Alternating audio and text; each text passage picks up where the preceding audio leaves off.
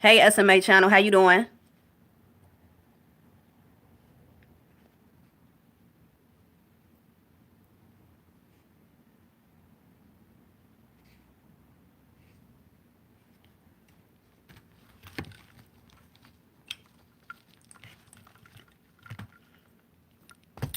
I'm good. I'm good. I have a topic that someone requested and I was going to do a video, but I said, why not go live? See what happens.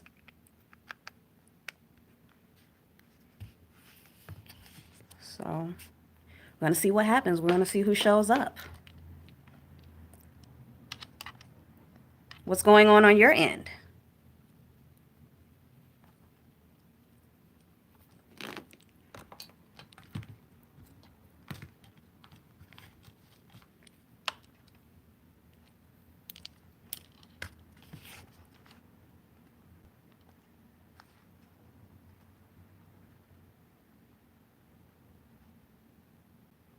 Oh yeah, it is Sunday.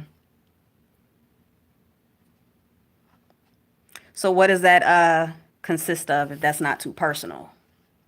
Getting ready for the week.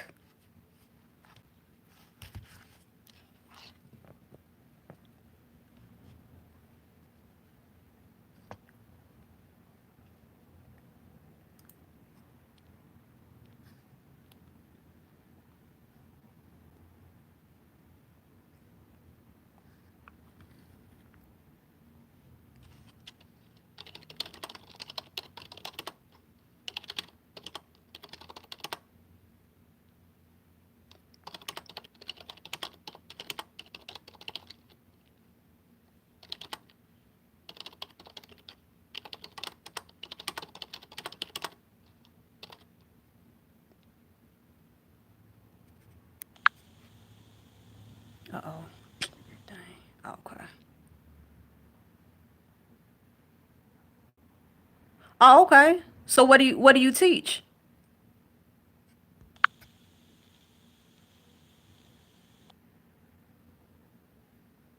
Wow. The supernatural and gothic fiction.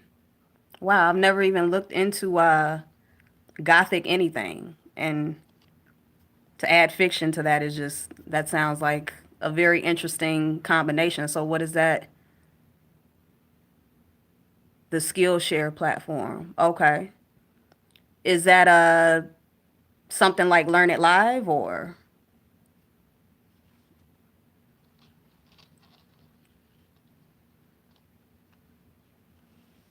I'm interested in knowing, especially if it's a platform to where you can teach because I'm only familiar with Learn It Live. Okay, never heard of Udemy. I've never heard of that either.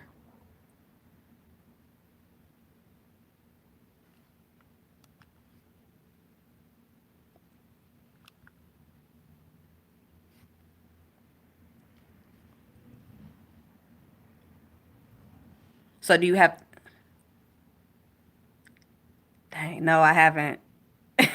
Are these platforms for people with like degrees, or is it just like anyone who has a skill or they're knowledgeable in something? They can like sign up and teach, or how does that work? And I'll look up all of those because I haven't heard of any of them. So I don't know.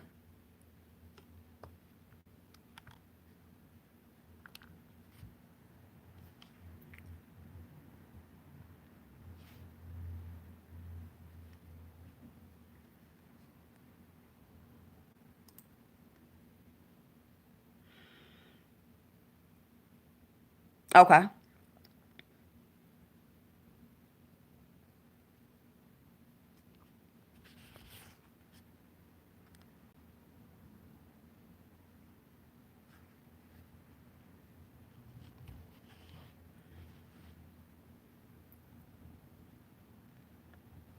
And hello to anyone else who's coming in.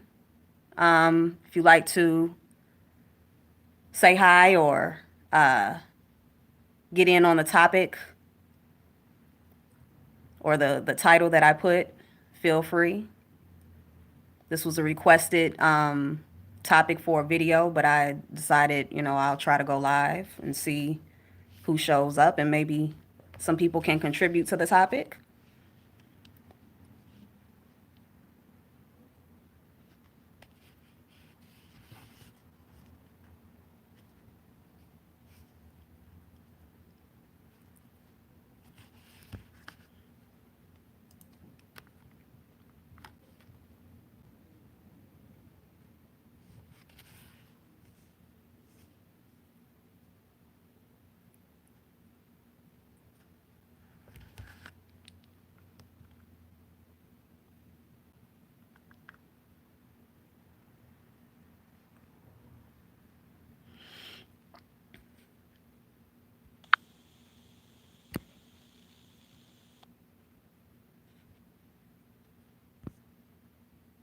Oh, I didn't even know that you sent another message. Sorry. You said, so you don't have to have a degree. I have a degree in English and studied Gothic literature in university. I liked it a lot because,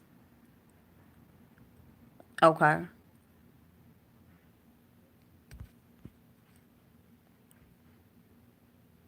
Yeah, I'll check those out.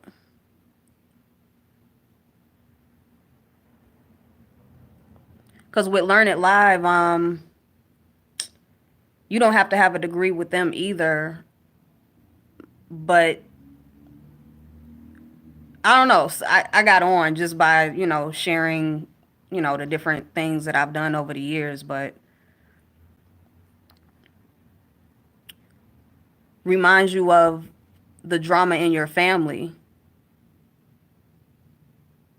What does?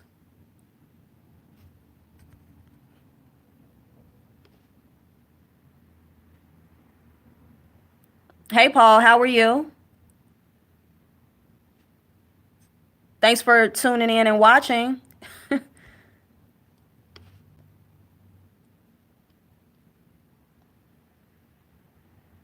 And SMA channel. Oh, okay, got you. Yeah, I'm sorry. I wish I was familiar with the topic. I would like to contribute to going back and forth with you on that, but I know nothing about Gothicism. Is that the right word, Gothicism? If not, then I think you know what I'm trying to say. But just Gothic in general.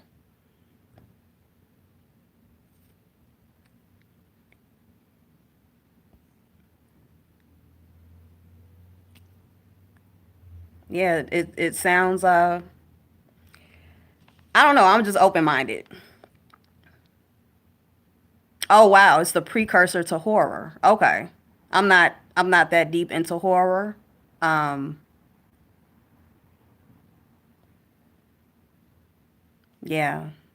I don't gravitate towards it too much, but you know, I accept it as, a category that exists, and it's for a certain population of people. Oh, you don't like horror. Okay. And Paul said, "I'm looking good, feeling good, and doing good. Thanks for asking." Good. Good. Glad to know that. Yeah, so me being disconnected from a lot of things that go on, I didn't know that today was a Super Bowl until like a couple of hours ago. But I said, you know what? Not everyone is watching the Super Bowl, so I'll still go live and see what happens. So here I am. And obviously, you all probably aren't that tuned into the Super Bowl either. But the I was asked to talk about the topic of being discouraged, like different things that make people discouraged in all areas of life. Um, some people, excuse me, are discouraged from not like fitting into the masses, things that it seems that everyone else may be interested in, like today or holidays or, just different things that the collective gravitates towards. And it's a lot of people out there that feel no connection to it. And it can be discouraging at times. So that's one aspect of being discouraged by certain things going on in the world. Another aspect of discouragement is when you may find interest in certain people, you may find some type of attraction or want to connect to certain people, but then you realize maybe somebody shares something with you or you're rejected. You realize that you don't fit in because you don't possess certain types of characteristics or behaviors or in a lot of situations I've come to see that people aren't the people that talk to me about this particular aspect of discouragement. They feel that their personality or the way that they operate in life is not toxic enough for other people or ratchet enough for other people. And that's a big one. That's a big one when you feel that people that you engage with want you to be more aggressive. They want you to be more angry or frustrated. They want you to display more lower vibrational frequencies. And that can be discouraging because you may, see certain aspects in people that you're drawn to and you really want to connect, but it seems like there's always a conflict or tension because, they're not accepting you for who you are. And they try to guilt you or shame you or make you feel like you need to be more of something that is not natural for you. So sometimes we can be overwhelmed when there are more people around us who seem to operate on a certain frequency that we don't necessarily gravitate to naturally. And we feel that pressure to be like something we're not. And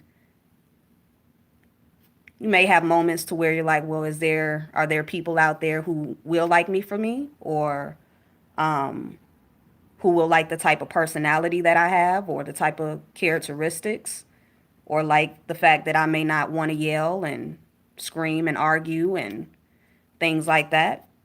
So these are things that I've heard consistently over the years and they're just all, forms of being discouraged. So let's see. Oops.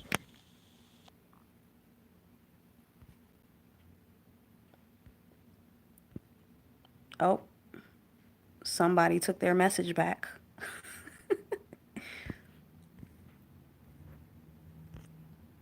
That's okay.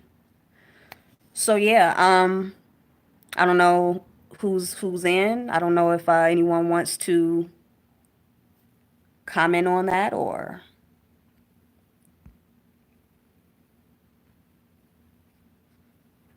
share an experience, ask a question.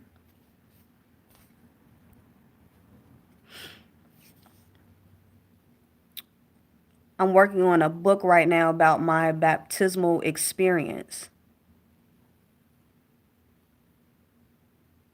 What did you get baptized in?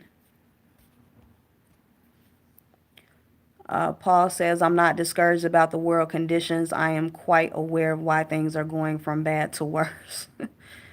Okay. So what's your take on that, Paul? As far as what is your awareness of why things are going from bad to worse and what is if you don't mind answering this question, what is your view of bad and worse when it comes to world conditions? One of my fears is a judgment that I will receive from church folks. I used to be a seventh day Adventist. Okay.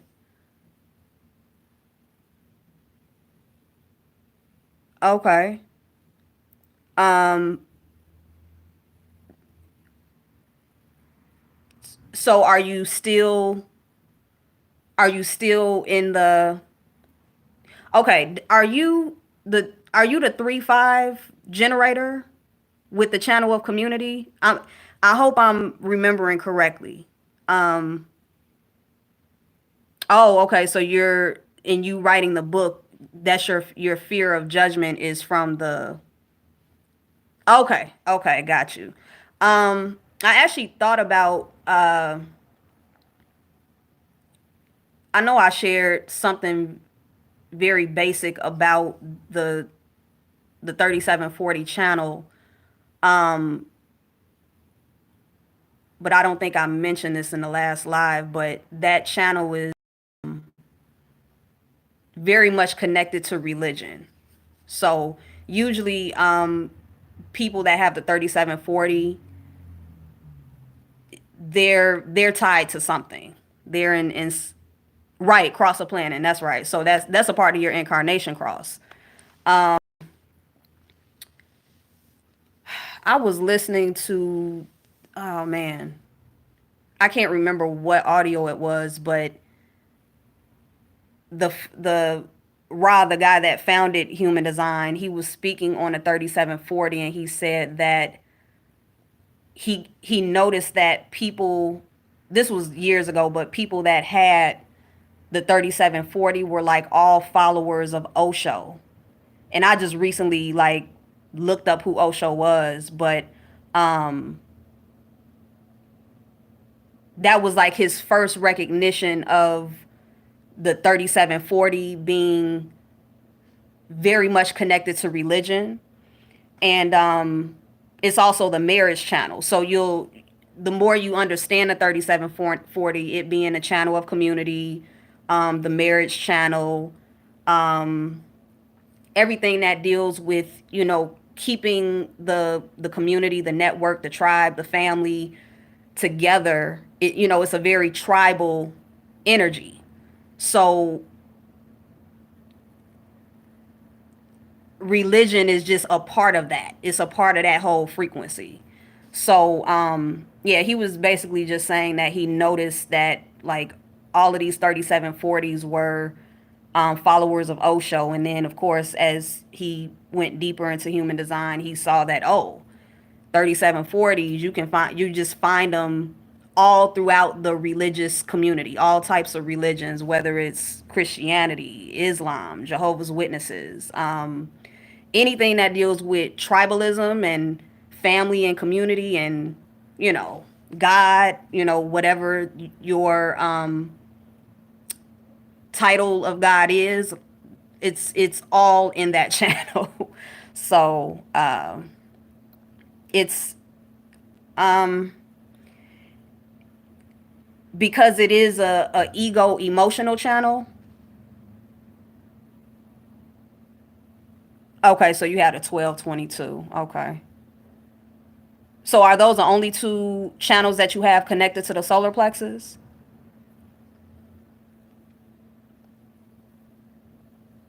And I was about to say something. I cut myself off. What was I about to say?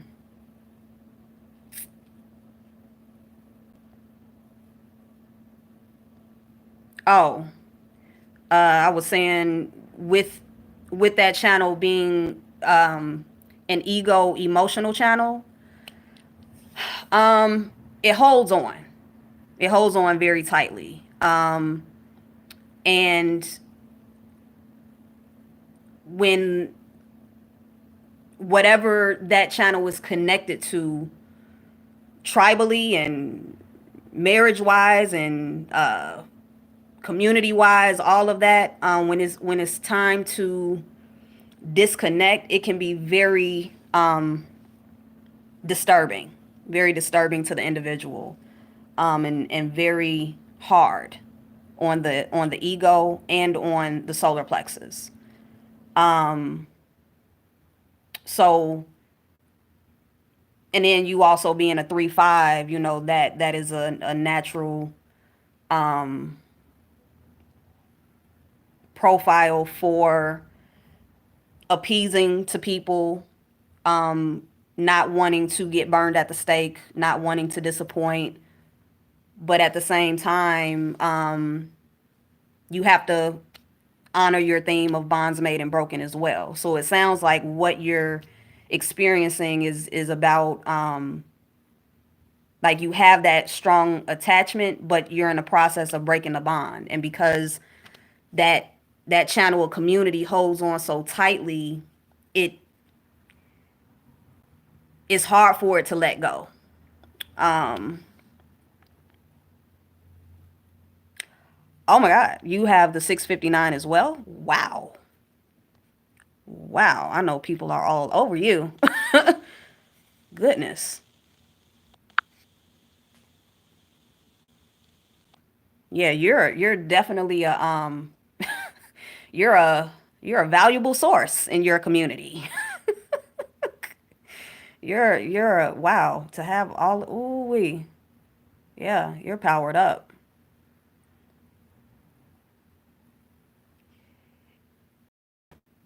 Yeah, that's a lot. That's a lot on you. That's a lot. But hey, it's your design, and you're living it out. So good luck. Good luck with that. I'm glad to know that you're moving towards doing what you feel is right for you, writing your book. And of course, the that fear of judgment, that's, that's gonna be there. And just keeping it real, you will get burned at the stake. You will. It's inevitable, because people want you to be what they want you to be. And if that involves your religion and you're in the process of stepping away from that, you have a lot of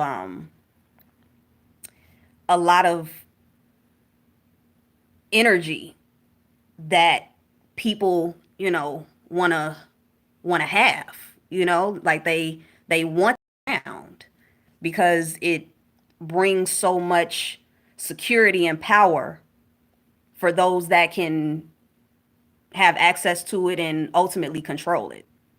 So, yeah, like 3740s, that just speaking on that channel, anything that's like a tribe or a cult or anything religious, 3740s are valuable assets in those type of situations. And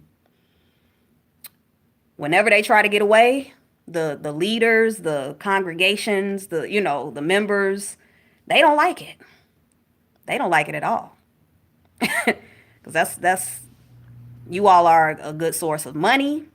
You bring in the resources. You bring more people to the tribe. So it's like you just being an individual that has such a strong tribal energy, you are like equal to 100 more, like collections of people. You can rack in 100 more people to add to that tribe or that religion or whatever that network is. So yeah, yeah, you're trying to get away from them. They don't like that. They don't like that at all.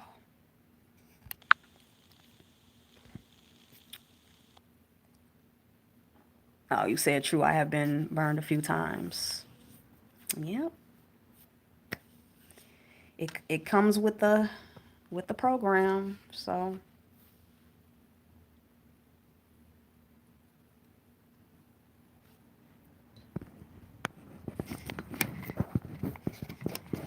but I do hope everything works out for you.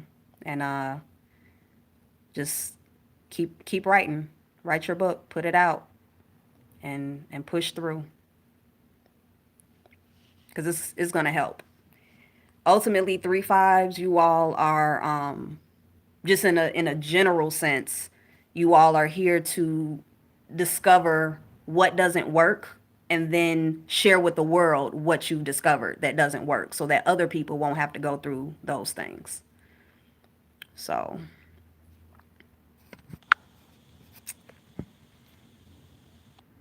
oh, you are most welcome.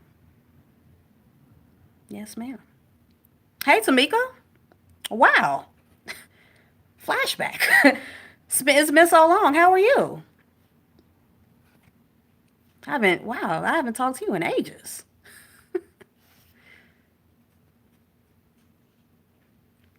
How's everything going?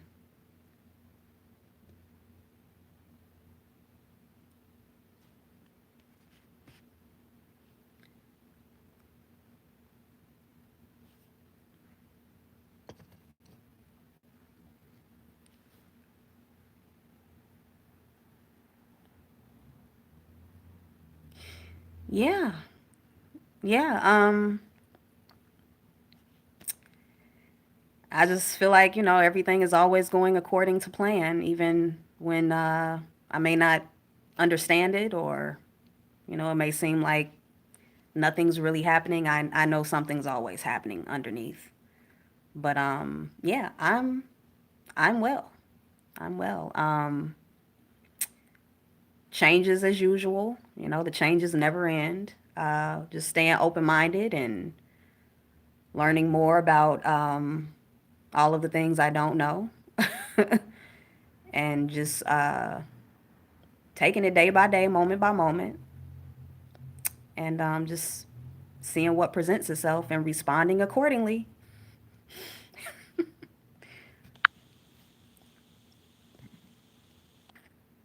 Yeah. So I wish I could. Actually, I could, but mm, I might have to set that up. James, oh my goodness! Wow, I remember your face. How are you? Yes, the those Dr. Blair days. Never forget them. How are you doing?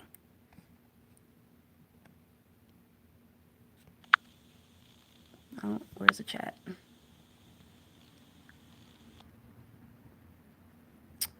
Paul says, I'm not into esoteric knowledge, the occult, or mysticism. For me, the Bible is the only guidebook that addresses any issues I may have. It tells me what to cling to and what to avoid. There you go.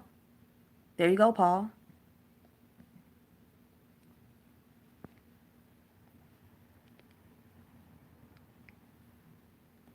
Paul, feel free to share any good scriptures that, you feel the world, people watching could find beneficial, especially in times like these.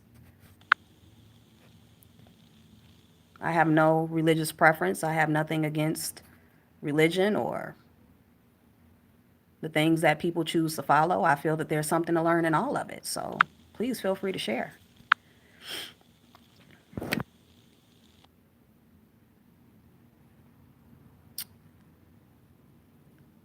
Good, James. I'm glad you're doing well. And Paul, you said you haven't read what I said previously. I guess I didn't. Might have been talking too much. Okay, your whole perspective or worldview is based on the Bible. It gives me the heads up on what's going on now, and what to expect in the near future. Okay. Okay, and that's all I missed. Okay. Yeah, if yeah, that well, like what I just said, if there are any cuz I've heard people reference different like scriptures in the Bible that do align with the things that we are experiencing. I just don't know um the the books or the verses of which ones those are. So if you know any that stand out, feel free to throw them in the chat.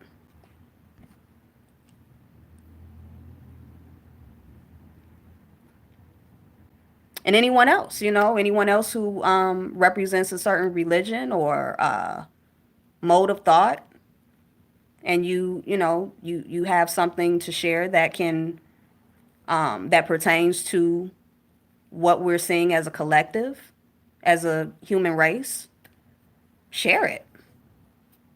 Why not? Because there are things that I wouldn't, just like how I'm learning from SMA channel about gothic fiction, gothic literature. That's not something I would naturally gravitate towards, but she brought it into my awareness. So now it's like, oh, okay, now that I'm aware of that, I may look into that one day and find something that actually resonates with me and something that I can use and apply to my life. So, okay, James, Luke 22:10. All right, come through.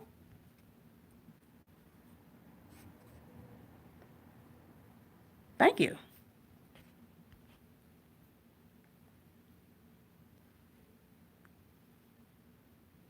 And James, how is everything going with acting? Because I remember that you were heavily involved in that. Are you still acting?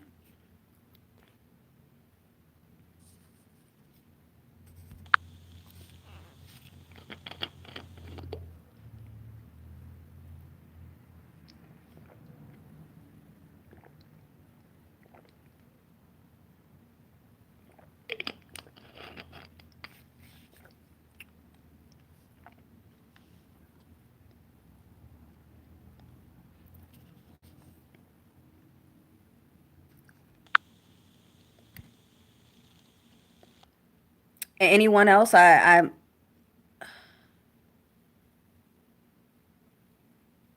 Oh, you were on Chicago PD? Dang, I haven't watched TV in years. I don't know what's going on. I didn't even know the Super Bowl was today until like a couple of hours ago. So so how long were you well, okay, so what was your character on Chicago PD? And how long were you on there? And why was your character killed?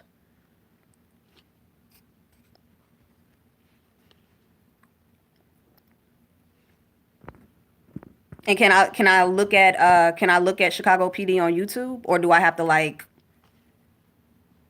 I'm sorry, I just asked you like 7 questions in 30 seconds. Sorry. Take your time responding.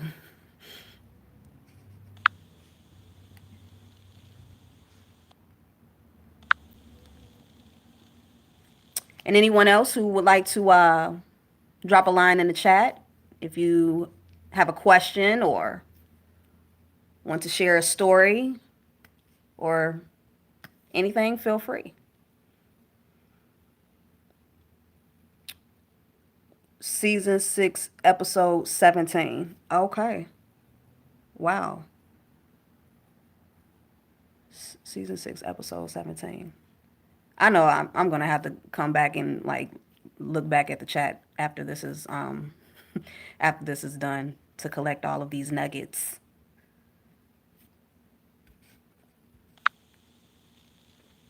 So are you excuse me. Um so James, are you doing anything else, or is that have you just been like laying low on acting since then, or let's see. So do you have a phone link on this?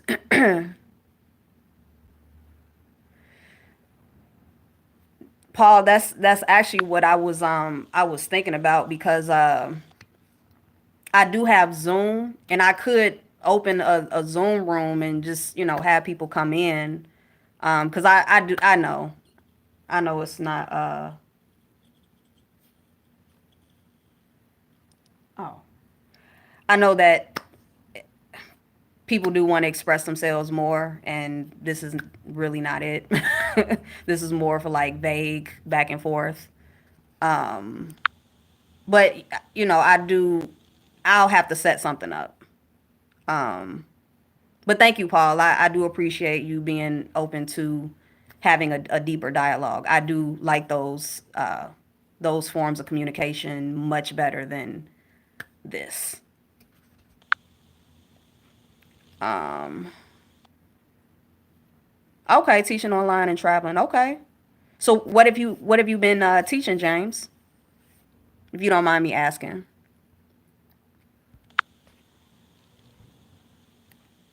And again, anyone else who wants to get in, hey, 1 2 free. Hey, hope you're well. What things encourage you?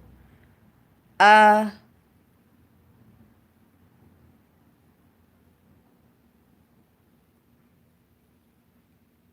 ESL. What's ESL?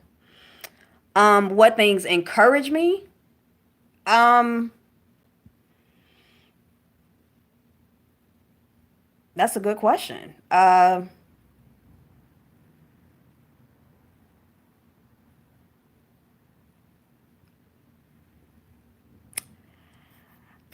don't know. I don't know how to answer that because I don't know. I just feel like I rarely feel discouraged, and I think that's because I've um I've recognized a lot of, it's like when I see things that have a discouraging effect on others, it's like I automatically see like other perspectives to it. And it's just, I don't know, it's very difficult for me to look at something outside of myself as being the authority over how I feel overall within myself. So like for instance, I've told people a lot that you're not responsible for my happiness. So if someone, I've had people say things to me that have tried to discourage me, um, but there's just always this awareness that I have in the forefront that is like, well, it doesn't matter what they say or what they think. They're not responsible for you feeling good about yourself. And before I got to that awareness, and just sometimes you get to a place where you think in a certain way for so long you just embody it. But before I got there,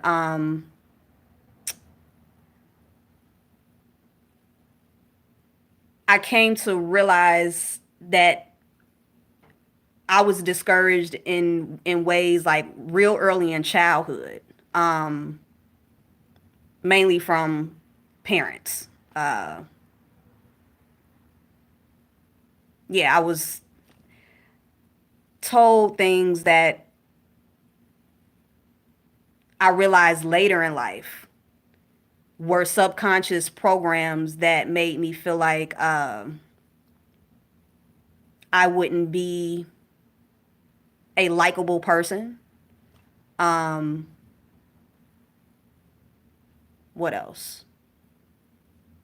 I don't I don't want to get too deep into it because it's like I know I feel like that topic is separate because a lot of people have parental issues, like childhood issues.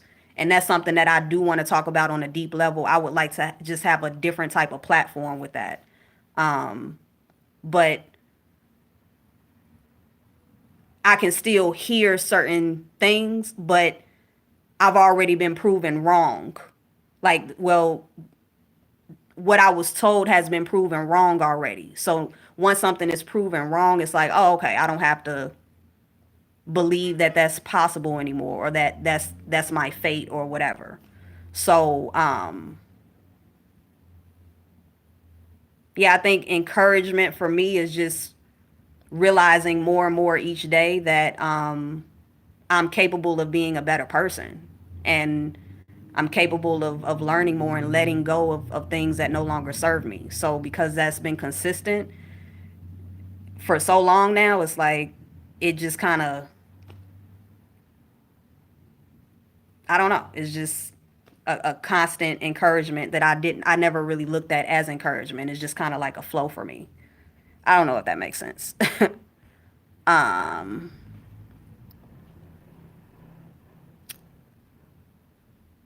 Regarding your career life path, okay.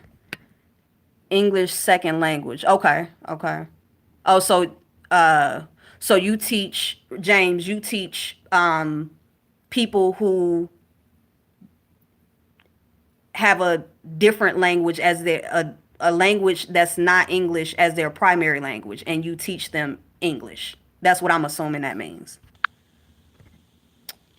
Um, well, you deserve encouragement. Well, thank you, 1 2 free. Still drumming and acting as well. Okay,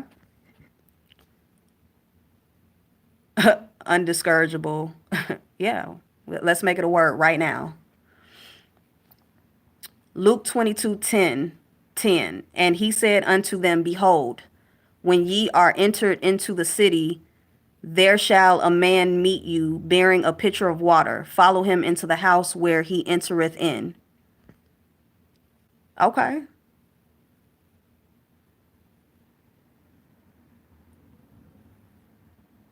So James, um, can you share um how um that verse is connected? Okay, what does that verse mean? Like to you? What does it mean to you? Because I'm naturally trying to connect it to maybe the topic or what Paul said about, you know, the world conditions being bad and getting worse. But I may be completely off. So please share if you can what that verse means to you or just in general. Hey, Rogue Scholar. Thanks for tuning in. It's good to see you again. And anyone else who's in the chat or watching, if you like to drop a line, feel free to do so.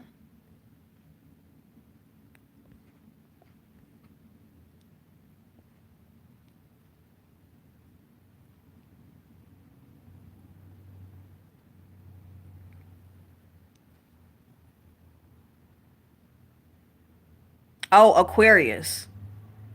Okay, so that verse is connected to the age of Aquarius? Cuz yeah, Aquarius is the pitcher of water, right? Like somebody pouring some water.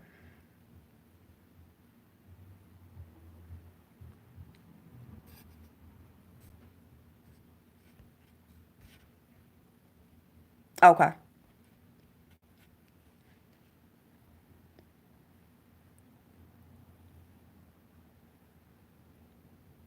So, sorry, I be having too many questions. Um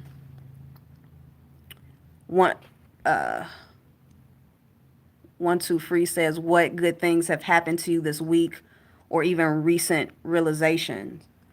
Um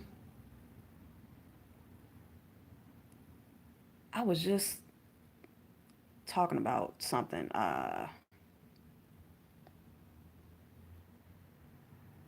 Dang, what was it? I have an answer to that question. I'm just trying to.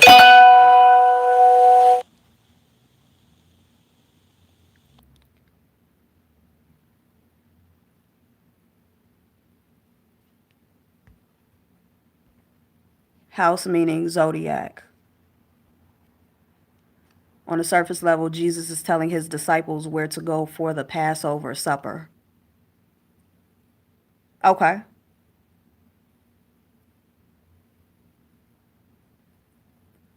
I'm sorry. I'm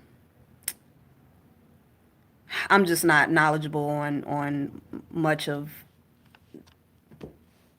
the, you know, Bible Bible things. So, but thank you for sharing, and feel free to give more details because I like to understand more, see how it all connects. Um, but as far as realizations this week, um, I had several people actually come to me and bring up the whole idea of feeling guilty for different things. But one of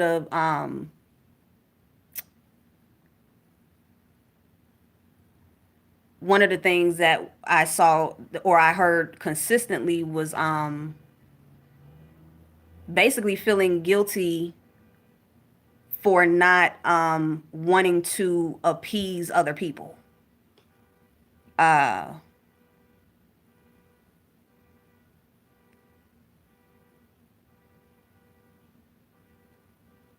oh God,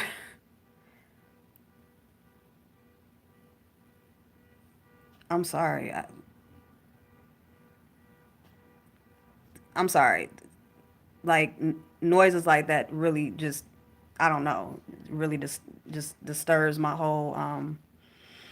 But anyway, yeah, guilt from not wanting to appease people and not wanting to basically people who are used to sacrificing themselves over and over and over again for others and neglecting themselves, and then when they get to a place where they don't want to do it anymore, actually feeling guilty about that. Basically guilt for wanting to put themselves first and wanting to be selfish, uh, because it's something that their soul is yearning for. It's yearning for some attention. Um, their bodies are yearning for self-care.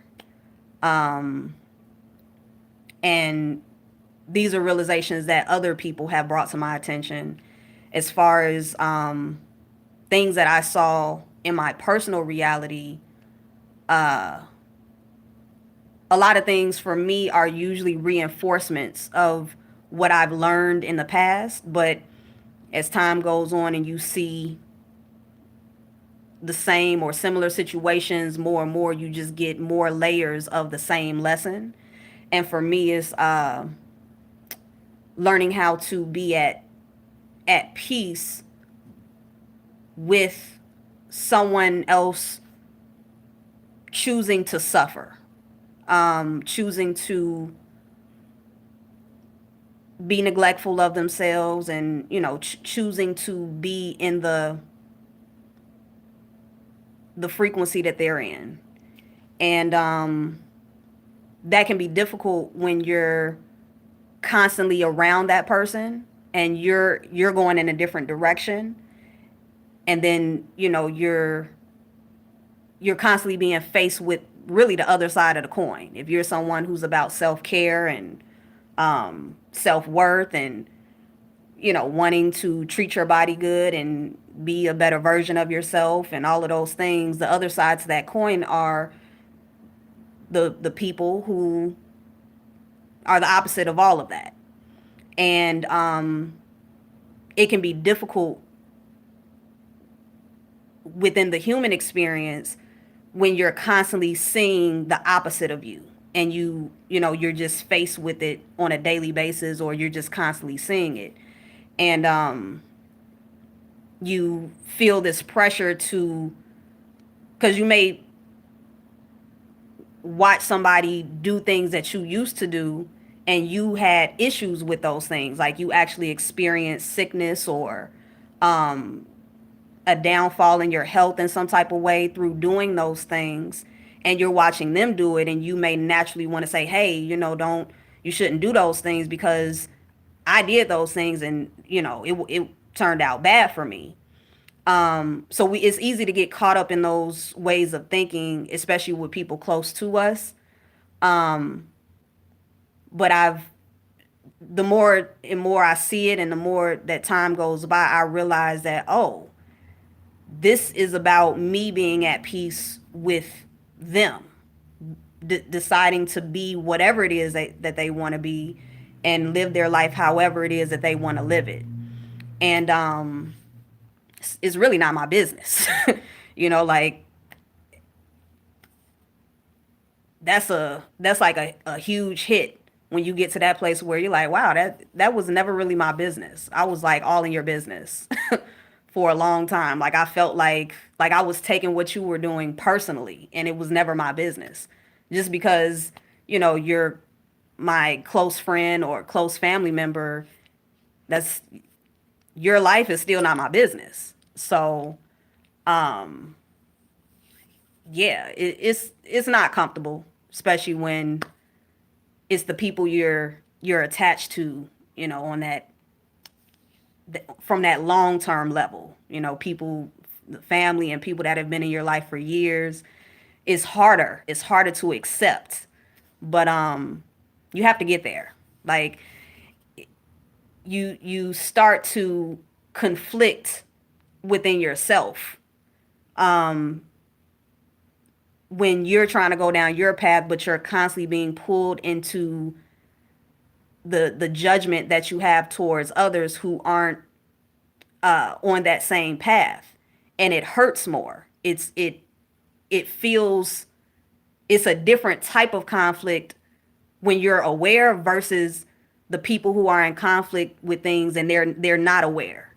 Because when you're aware, it's a different, that awareness makes it makes you face the reality that that you shouldn't be doing what you're doing. That you should not be in their business like that. So, yeah, I'm constantly getting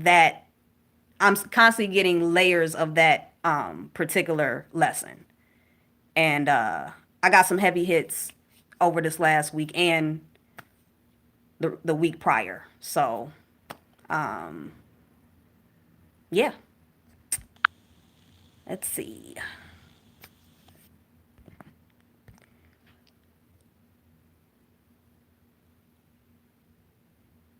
Okay, so SMA channel says, but according to James, Jesus on a deeper level is saying that we are moving from Pisces to Aquarius. Men never carried water back in those days. Only women carried water, but one of the main symbols of Aquarius is a man with a pitcher of water. That's a clue. Okay. Paul says, besides my career, which is on my YouTube profile, I teach the Bible online with individual students who are mainly from the motherland. I also teach self-defense techniques to black women in my area. Okay. I acquired my black belt in Gohu Ryu Karate. Hope I said that right. After 5 years of time and effort. So I am qualified to teach. All right. Awesome.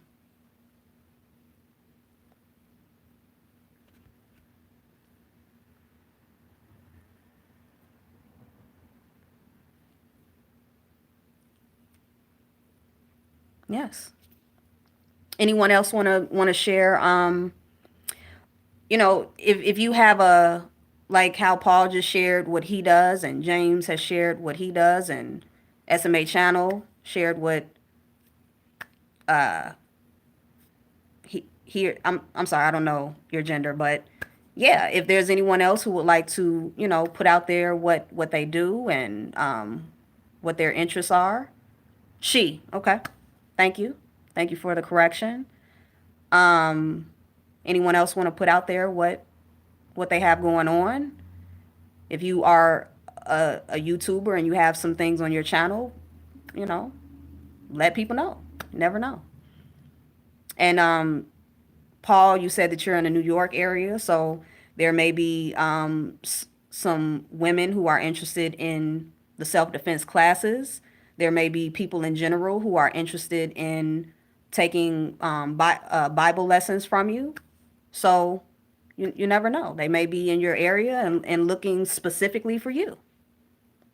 So anyone else who wants to share, please do.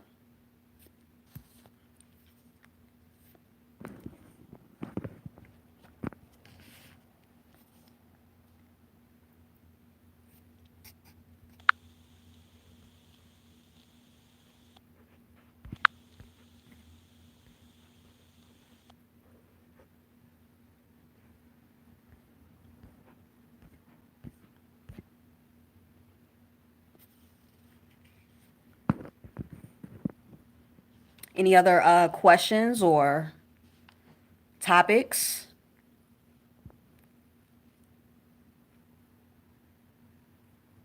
Everyone is welcome to express themselves. I like that we are all different here and sharing our perspectives and our interests, and it's harmonious. That's what it's all about.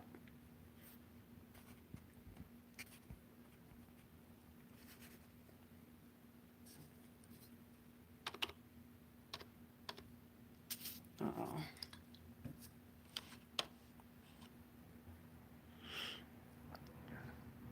Tamika says, any recent realizations in terms of human design? Always. Always. I'm actually it's a lot. It's a lot with that. It's a lot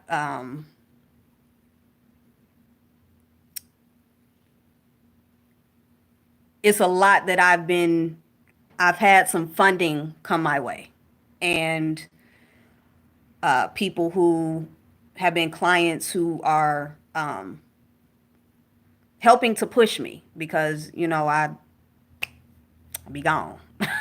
I just up and disappear for a very long time.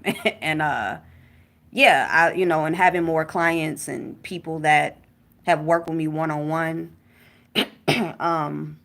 I got some funding behind me, and I'm just being very strategic and how I'm going to put it to use. And I'm also making sure that I focus on the people who actually want that aspect of me, because that's where the most of my energy is. The most of like the depths of who I am comes out when I work with people one on one and work with groups behind the scenes. So it's just a matter of putting it out strategically and making sure that I target the people who value that aspect of my platform, and who will also do their part to make sure that it's an equal exchange of energy in that. But since me and you connected, like I think it was last spring, a lot, a lot has emerged, and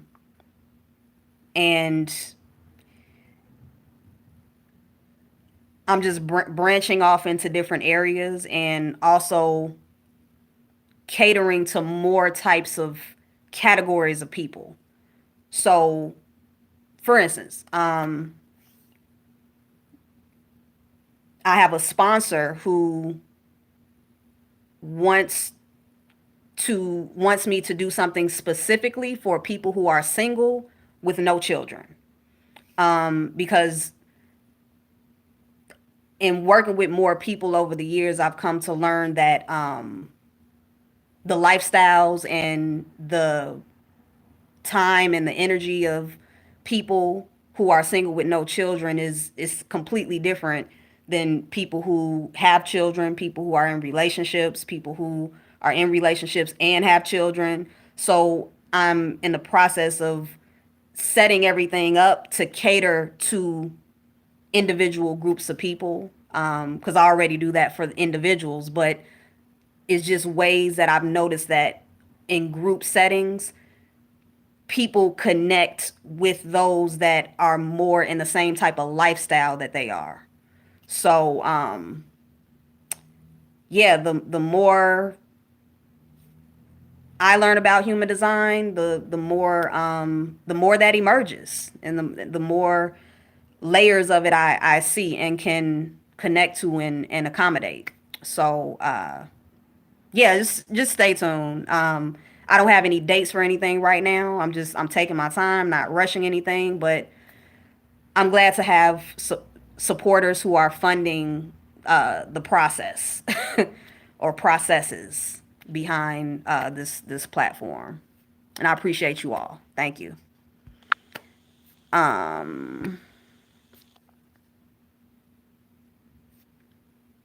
Okay, Rogue Scholar says, I'm going to create a YouTube channel to promote my music, concept music for films, video games, along with rap and R&B. I'm I'm preparing artwork to present at art shows in the future as well. Yes, awesome. Awesome. I think that's a great idea. And I look forward to seeing, whatever you have to share with the world. So make sure, you like, well, keep me informed, let me know whenever you have something, up and running. And yes, I would love to support. Thank you. Thank you, Rogue Scholar. All right, you said that's awesome, and thanks. You're welcome, Tamika. Thanks for the question. How have you noticed human design operating in your life? Because I've noticed with most people that I connect with who really see human design for what it is, it's like once you're introduced to it, it's like it's everywhere. So, has it made you have you noticed that you can navigate better and be more what's the word? Do you feel that you pick up more on people's intentions, like when they approach you? Because I know, being a 5-1, I know how that whole projection is. Um, but what have you, if it's something that you feel like sharing, what have you noticed as far as overall benefits, or even if there are some things that you have come to find that you don't like about human design or whatever. Like, I think all of it is valuable, and it's good to get different perspectives. So, yeah, feel free to share if you want to.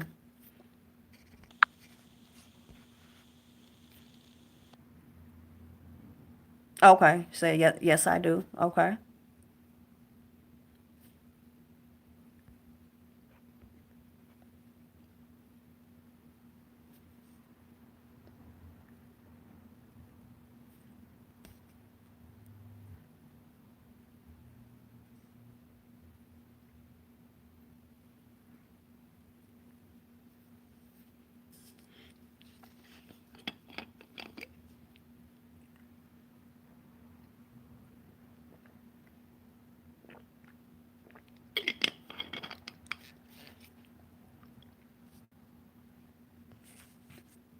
Oh, are there any men on here that are a part of the MGTOW community?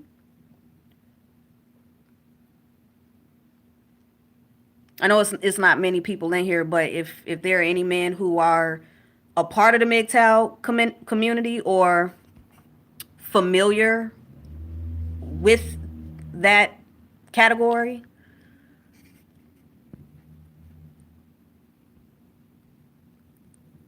Tamika says, what sticks with me the most and what I notice the most is just more of the emotional aspect of human design.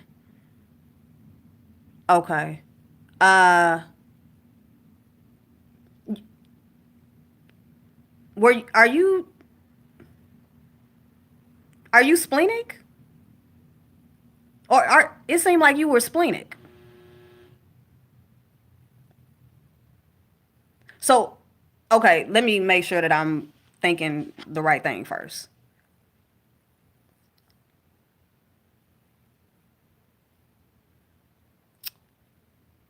James says, am I doing YouTube live every week?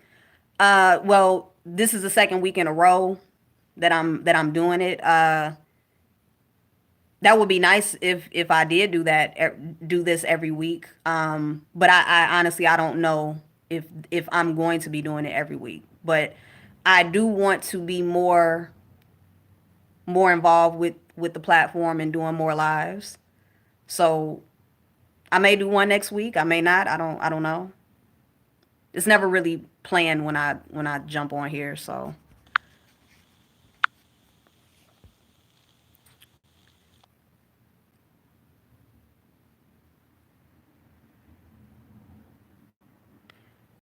As I know about MGTOW, not a part of it though. It just kept showing up on my recommended section all the time, so I had to investigate it. Right. Okay. Tamika says, okay. Right, right, right. Okay. I That's what I thought. So when you say you're noticing what you're noticing the most is the emotional aspect of human design, are you referring to taking on other people's emotions in you having an open solar plexus? Is that what you're referring to?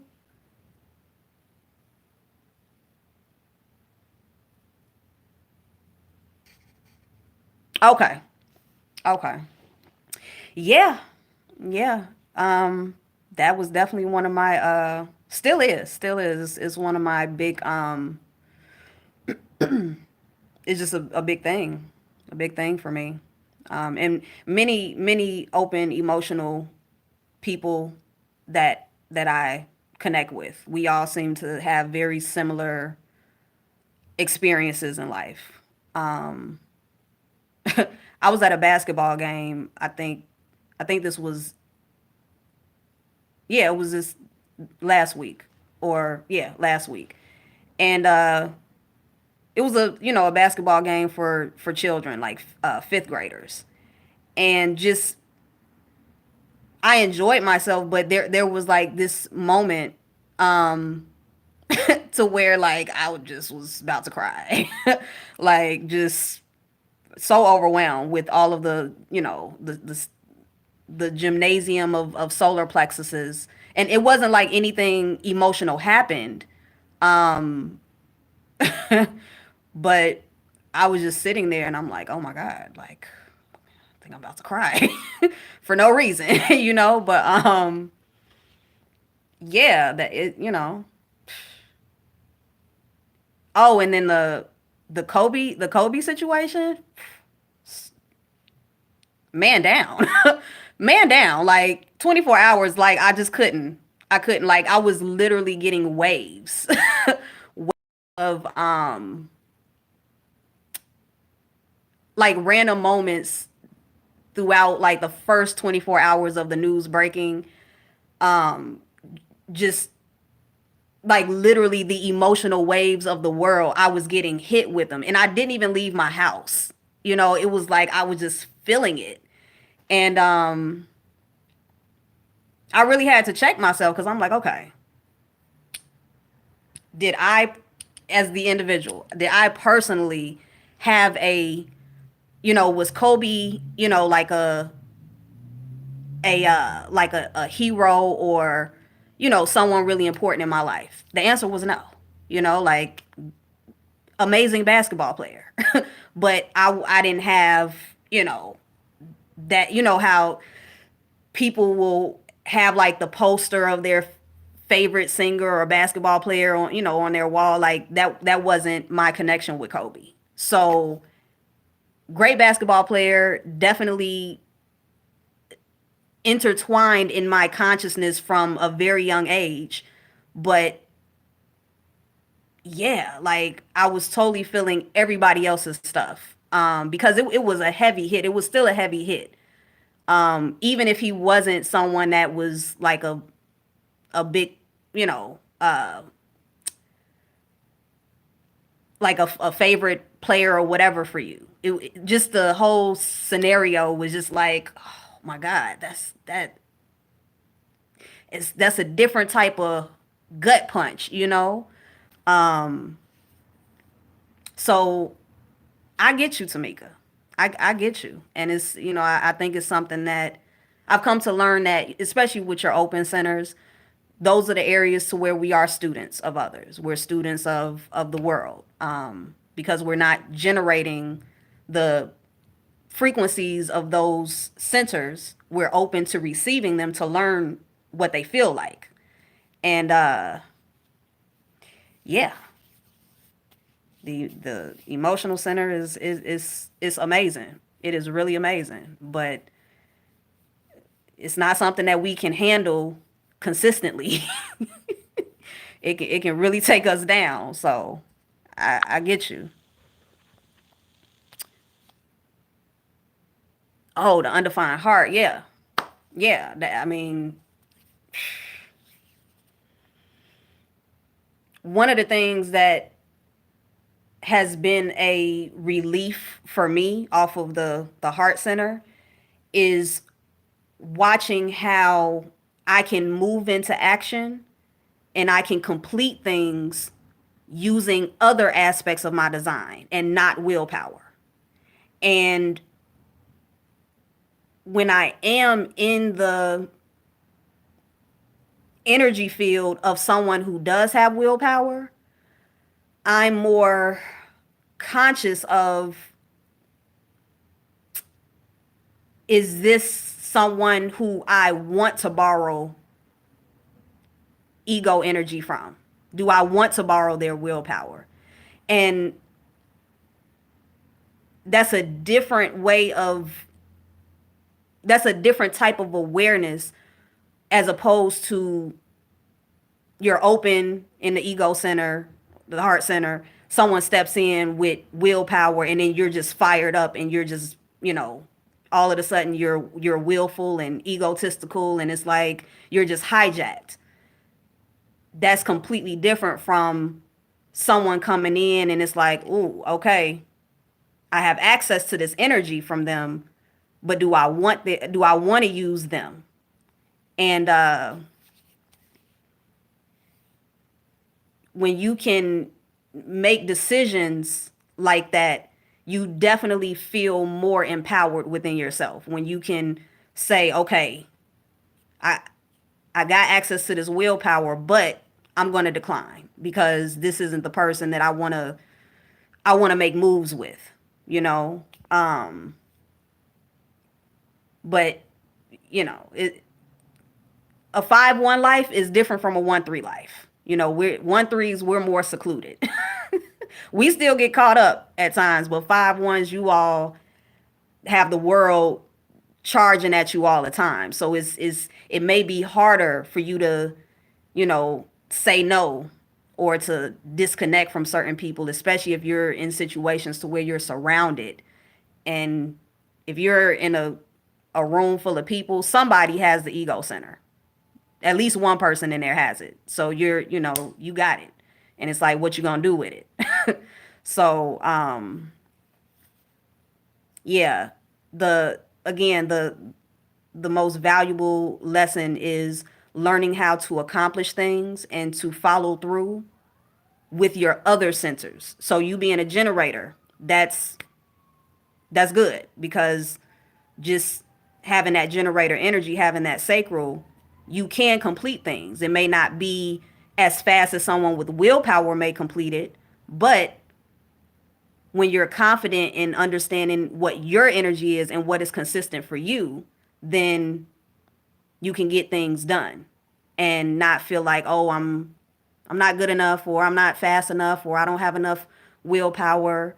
You don't have to really worry about that as much anymore because you have other aspects that will naturally move into action to get things done for you.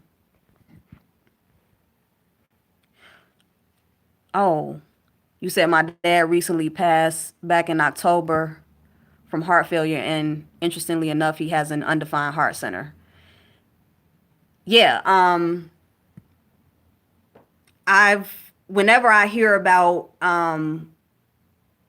situations to where it's like some 17-year-old was playing football and just passed out and died from like a heart attack, or basketball players, things like that, people that just their heart just gives out, like I investigate that because a lot of times I can just feel they probably had an open heart center.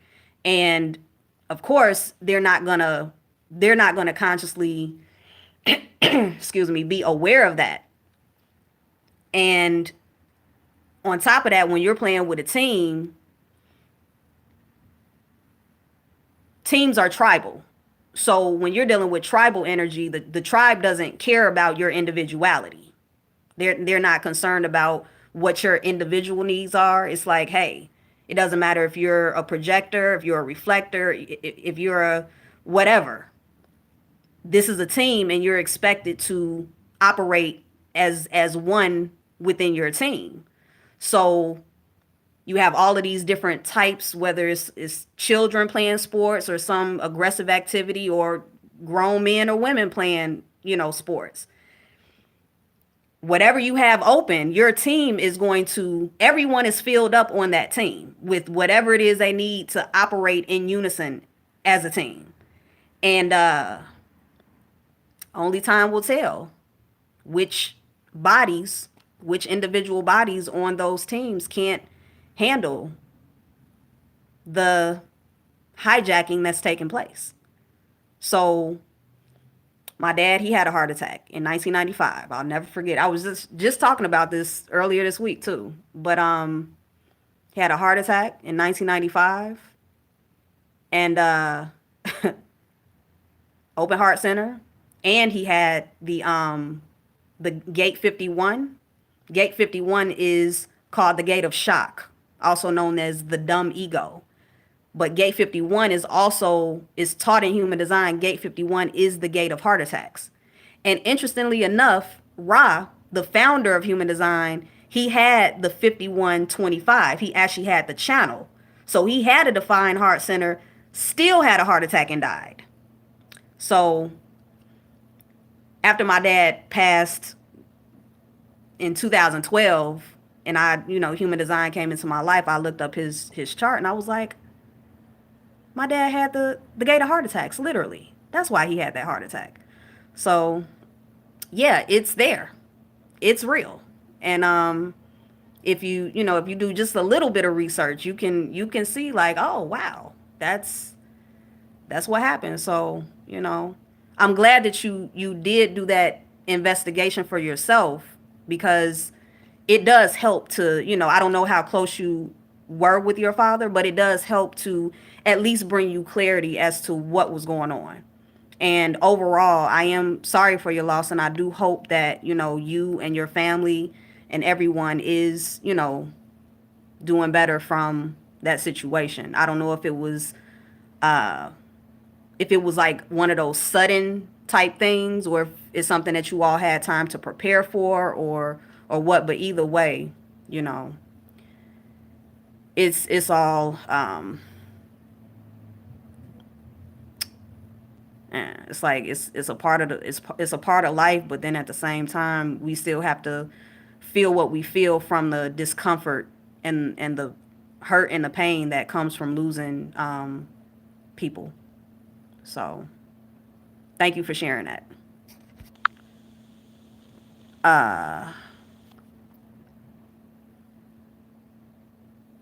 Yeah, the Kobe situation threw you for a loop, especially finding out his child. Yeah, that. I was doing a lot of thinking about his wife and the other children, and just like, ooh, I just can't even. I don't know. That was just a lot. Rogue says open centers are tricky, very much so, very much so, because we're constantly drawn to the excitement and the stimulation that comes from those open centers. And I just, it's so amazing. Like, I just watch myself just get snatched right in. Oh my God, just pulled right in. Even with my awareness, there's situations where I'm like, you know better now. But look at you, just getting snatched right into those people that's filling up your open centers. Look at you. Watch how this turns out. So I be making predictions and stuff like, oh man, I know this is not going to turn out well, but let's try to have some fun in the process. It's amazing. The conditioning is amazing. So yeah, those open centers. Samika says, I see, just basically work at your own pace. Exactly. Exactly. That's what you got to do. And especially in the like when you're dealing with people with the defined ego, the pressure that they put on the open heart center people, oh man, it's enormous. It's enormous. And if you don't have like that self-confidence and that awareness, you can it's easy to feel like you're nothing. It's so easy to feel like you're worthless. And that's one of the themes. The open heart center people just have this built-in feeling of, worthlessness, because that drive and that willpower isn't natural. It's not consistently available to us. And, the willpower people, they're just courageous all over the place, competing all over the place, egoing all over the place. No offense to the ego people. It just is what it is. So it's like, for us, it's like, oh, look at them go. And then you see them rack up their accomplishments real quick. And then you're like, oh, I'm still at step one. Damn. Will I ever get there? You start questioning yourself, and it's like, you gotta learn how to put all of that past you and just say, look, I am meant to go at my own pace. And congratulations for all that you do over there with that willpower, but it's not for me. And if I choose to, if it comes into my life at certain times and I can harmoniously utilize it, cool. But just remember, don't get caught up in it. Don't get caught up in other people's willpower and think that that's something that you gonna have forever. Because when it disappears out your aura, you're gonna be sitting there like, ooh, I don't feel like doing this no more. So yeah. Um, let's see. Paul says, sorry, my sister, but I've been away from your stream for the past 15 minutes due to getting a call from Kenya. I will be making a return call to Kenya now. Okay. I enjoyed your convo. Bye. Take care. Thank you so much, Paul. Thank you so much for coming in and for sharing your information. And you enjoy your call. Take care of that business. Oh, okay, Rogue. You have the 51 gate. Okay. Um, do you, I know you said you have a defined solar plexus. Do you have a defined heart center? Or is your heart center open and then you have that 51 activated? James says, are you a 3? Yes, I am a 1-3. Oh, well, I just saw the next part. You said you assume I'm talking about numerology. No, I'm talking about human design. But um that question is still relevant because I am a 3. I'm a 1-3. So, in human design. Tamika says, I'm finding that breathing exercises help with the pressure of the defined emotional centers and defined ego centers. It does help me get centered in the midst of the pressure. Yeah. Mm-hmm. Yeah. That's that's very important. Like taking those deep breaths. That's something that, excuse me, um, I have gotten into the habit of doing at least multiple times a day, because I'll notice, especially when I just sit still, which I do. I take moments all the time to just sit still. I'll notice that my body will just out of nowhere take this deep breath, and I'm like, oh my God, I haven't really been breathing. So, and there's a cross called the cross of tension. I know one of the times of the year is like from April 1st through maybe like April 5th. Um, Another one is like July 1st to like July 5th, but it's a cross that happens 4 times a year.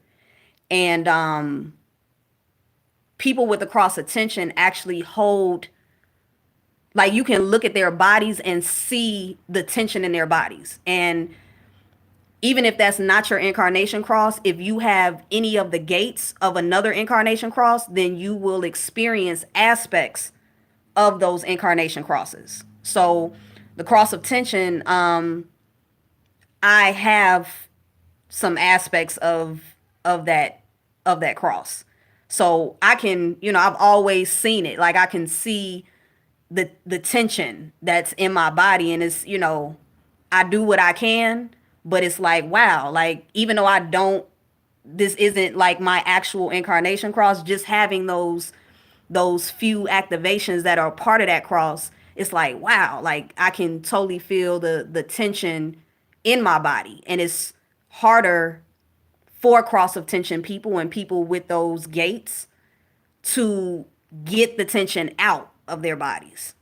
So breathing is a big part of helping, at least, to, loosen the body up, get the tension out, things like that. Tamika, I'm not sure. I have to look at your design again, but I'm not sure if you have any of those gates, but I'll check it out and see. But either way, just the world that we live in is tension. It's like it's a lot of stuff coming at us that makes it very difficult for a lot of us to be at ease and to feel just to feel relaxation in our bodies. And yeah, so in some way we're all experiencing some type of tension, and breathing is definitely helpful. Okay, so all right, so you have a defined heart center as well. Oh, you got the 4426. I have been coming across so many 44. Wow. Lately, it's been like extra plethora of 4426s popping up. I've always attracted 4426s because I have the 44. So that 44 is always like, hey, I need a 26. Where are you at? Come into my life. But yeah, that 4426 channel is a very interesting channel. So you had a 4426 with the 51 activated.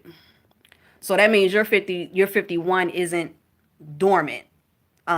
Because it would be different if, like, your 51 was in an open heart center, because then it would just be like lying dormant, and it would have to wait for either the 25 or some other heart center connection to power it up.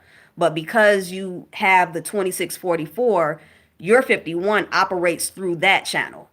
So your 51 is definitely active consistently. Well,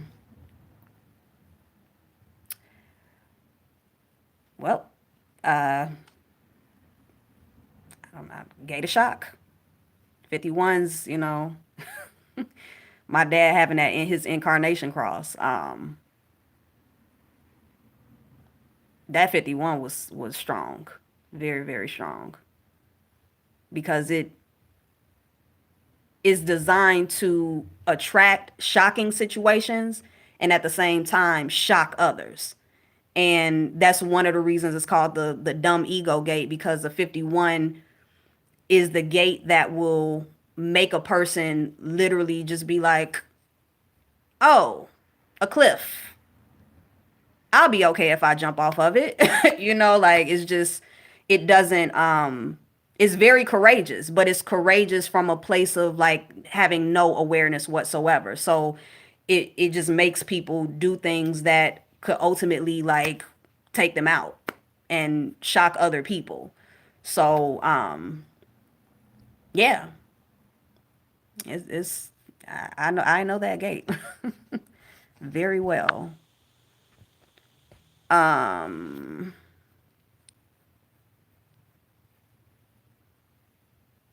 see, Yeah, the pressure at times seems to make you take a deep breath. Yeah.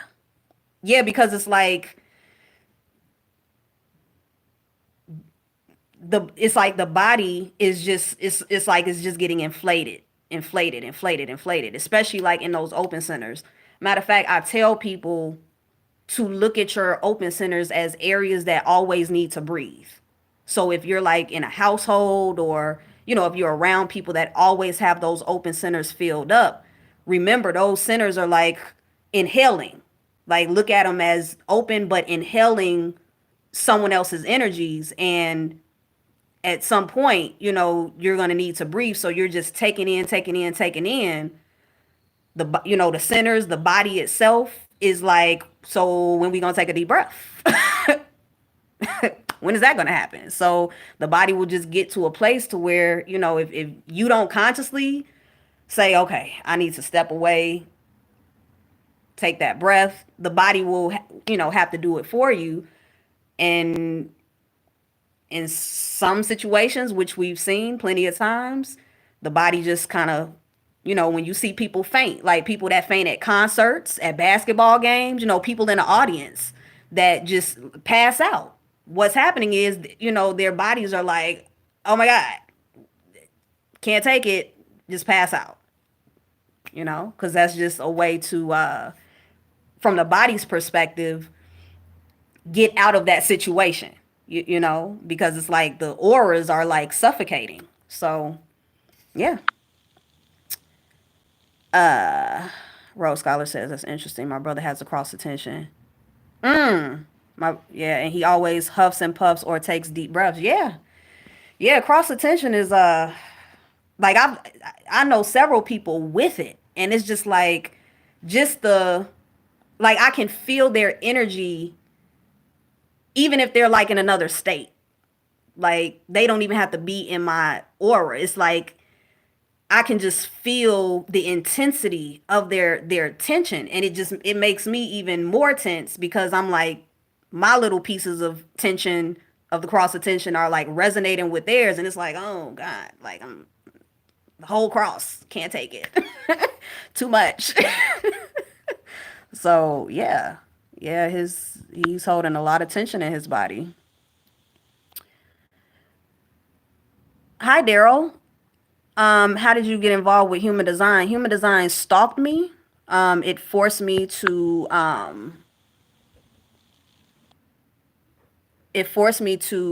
pay attention to it, and the way that it forced itself into my life. I knew that deep down inside that if I ignored it, that I probably would not. Things probably wouldn't go well for me. It was a very, very spiritual experience the way human design came into my life. It just wasn't regular at all. And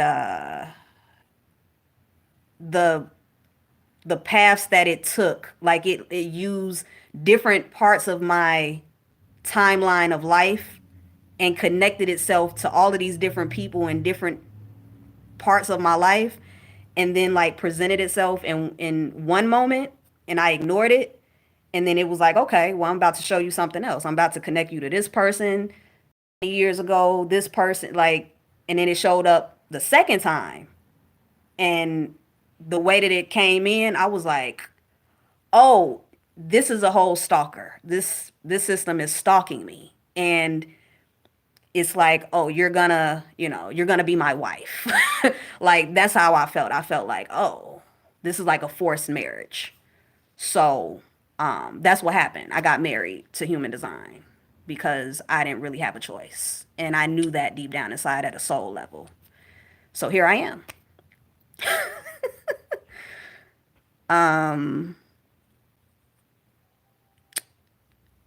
I didn't say this earlier, but I had a reading done by you a couple of years ago. I have to get another one. My name is Shailene. I remember that name. Oh, so you had this whole time you had a reading with me and didn't say nothing? Okay. Well, thank you for revealing yourself. Thank you so much.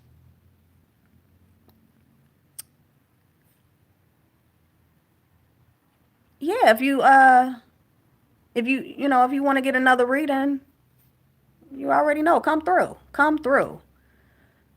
James says, human design, please enlighten me. I need a human design class. Yes, I have some classes coming up. Have some sponsors for some classes coming up.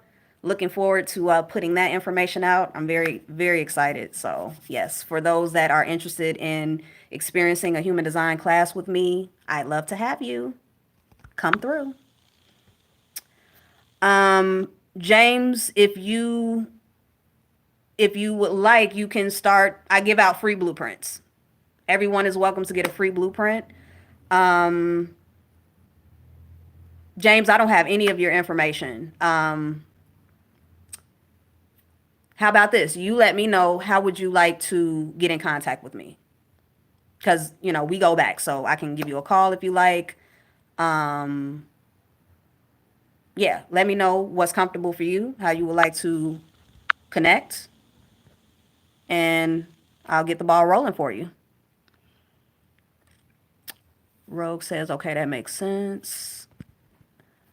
Daryl says, okay, thanks. Have you ever considered? Daryl, have I considered ayahuasca? Do you have some? Do you have some?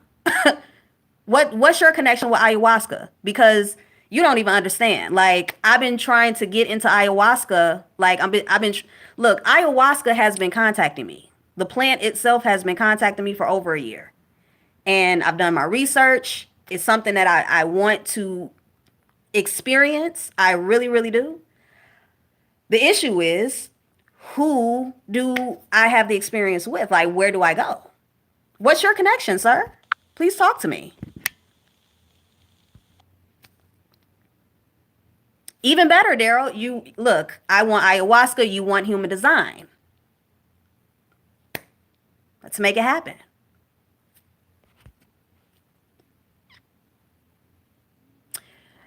Yes, the definitive book of human design. Very good book. Very good book. Yes. Definitely recommend it. It's a lot. It's a lot. So, not everyone um will be able to get into it because it's a lot. But you're a 3-5. So 3-5s, 1-3s, 5-1s. These are all researcher profiles and people that like to go deep. So those profiles won't really have a issue with that. Yes, heavy read, but it's good. It's good to have. Very good foundational book for human design. Mm-hmm. Daryl, let me know. Like, I don't know if you are your name looks familiar, but I don't know if I've talked to you behind the scenes already. But please, if you have some connection with ayahuasca, if you have some recommendations, I would really like to know. And I would love to give you your free blueprint as well. And if you would like to get a reading in the future, you can do that too. So yes, yes, I know that you don't have to go all the way to Peru and some other country to do the ceremonies anymore. But I'm still like, well, who's I don't know. I don't know. Is I have a hard time finding things sometimes in people when it comes to certain pieces of information. So I usually need those who are more extroverted or have more involvement with the outside world. A lot of times I need to connect with those people that I know personally and then like see what their recommendations are and then look into the people that they recommend.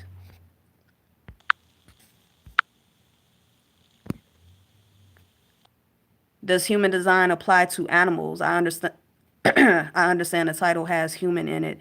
Um, what's interesting is that there was mentioning of when when Ra got the download, when human design like downloaded into his mind for those, I think it was like 8 days that he went through that experience with the voice.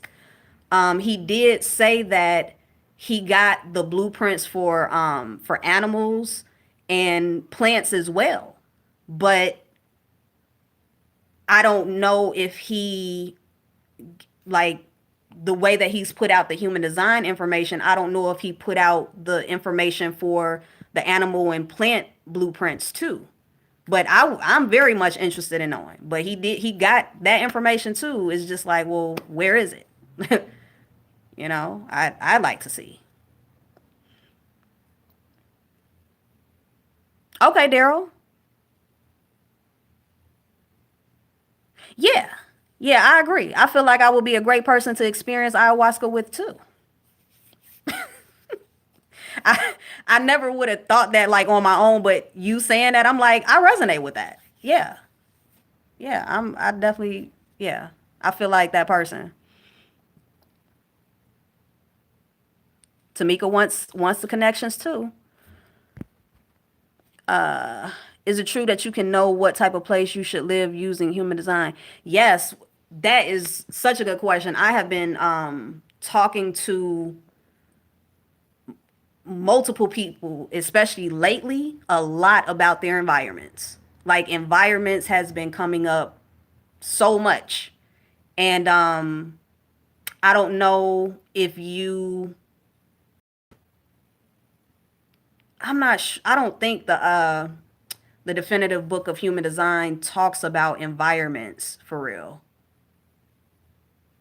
because the the way now okay, I've never been to a human design school or gotten readings or anything like that, but the way that the International School of Human Design has their uh like their curriculum and books laid out, they have, it's like semesters. It's like books for different semesters. And from my understanding, when it comes to the level that deals with the environments and other aspects of the rave properties on the right side of the chart, that's not a part of like the foundational information.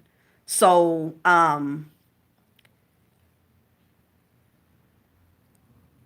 I don't know how to direct you into getting that information, but for me, I've gotten the information in other ways, and I have a basic understanding of the environments. Matter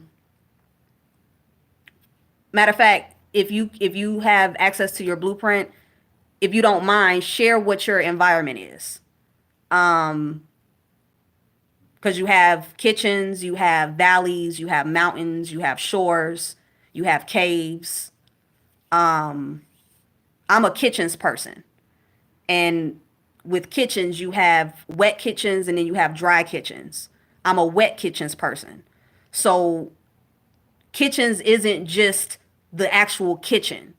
Kitchens is a place to where you can take different pieces of things and transform them into something new. So for instance, factories, that's considered a kitchen. So let's say you're in like a shirt factory or something. You would basically, take this type of fabric, this logo, and you would take different pieces and then put them together to make something new. So that's overall like what kitchens is about. Same thing in an actual kitchen. You want to make a salad. You have your lettuce, you have your onions, your tomatoes. You take different ingredients, put them into something to make something new. So the wet or dry aspect of kitchens is the actual level of humidity in the environment. So I'm designed to be in a moist, wet environment. Dry kitchens people are designed to be in dry heat. So areas like uh what is that? Arizona, Las Vegas, west. Me, I've lived in wet areas. So I've lived in Virginia. Virginia was for my body at least, it was good for my body because it was wet there. It's a wet climate. But I moved to Florida and also Atlanta, and my body had the best experience as far as its thriving capabilities. When I was in those two areas, my body was, I had levels of energy, I had experiences, creativity that I never experienced in Chicago and even in Virginia. So that's just an example of environments. And environments aren't necessarily important for your body until you reach your Saturn return. So let's say you have a child that is a Valley's child, and you happen to live in an apartment that has like 20 stories and you're like way up. That child would be okay.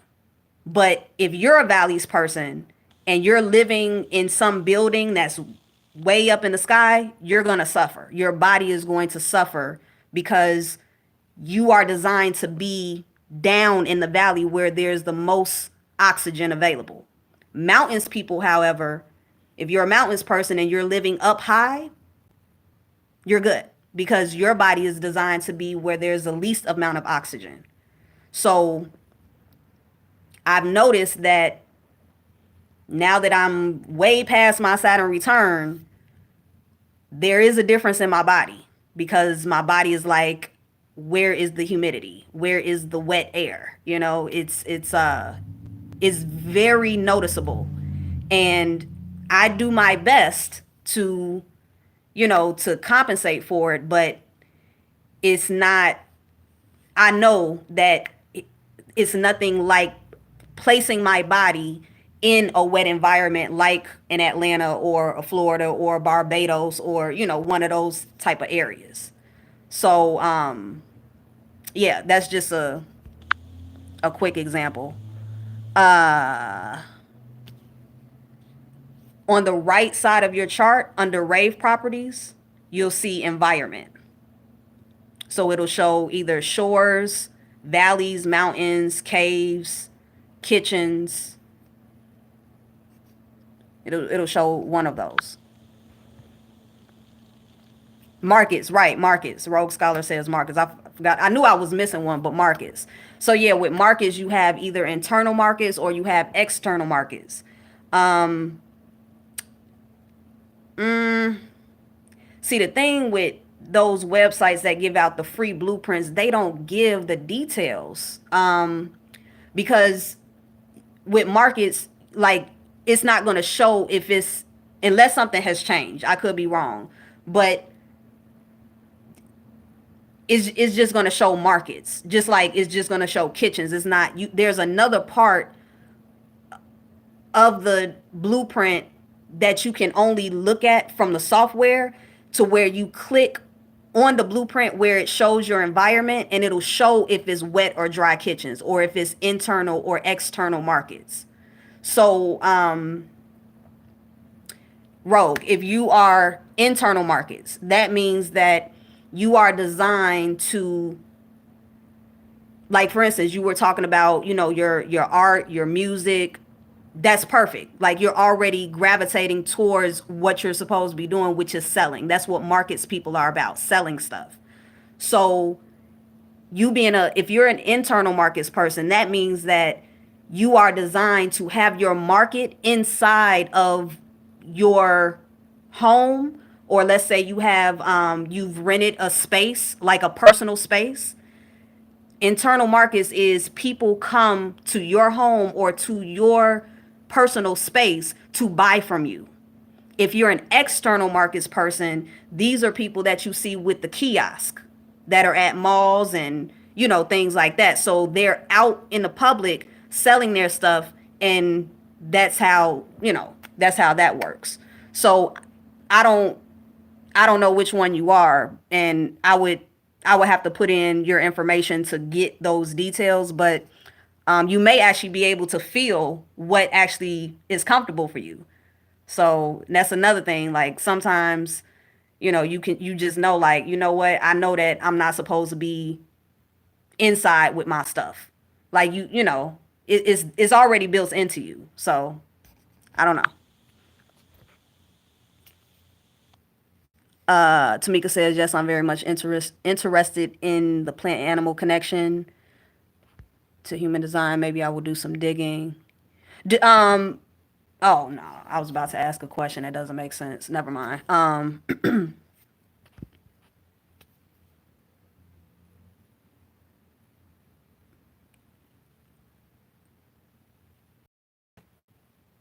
And is it Shalene or Shailene? Because I want to address you by your name instead of saying SMA channel.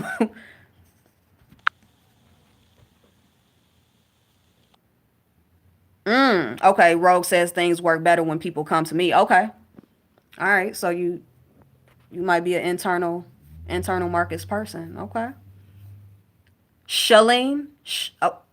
Shalene.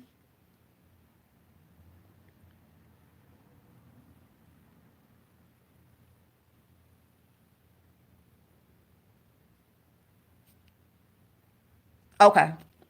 Um. Yeah. So yeah, just let me know whatever you whatever you see as far as your environments.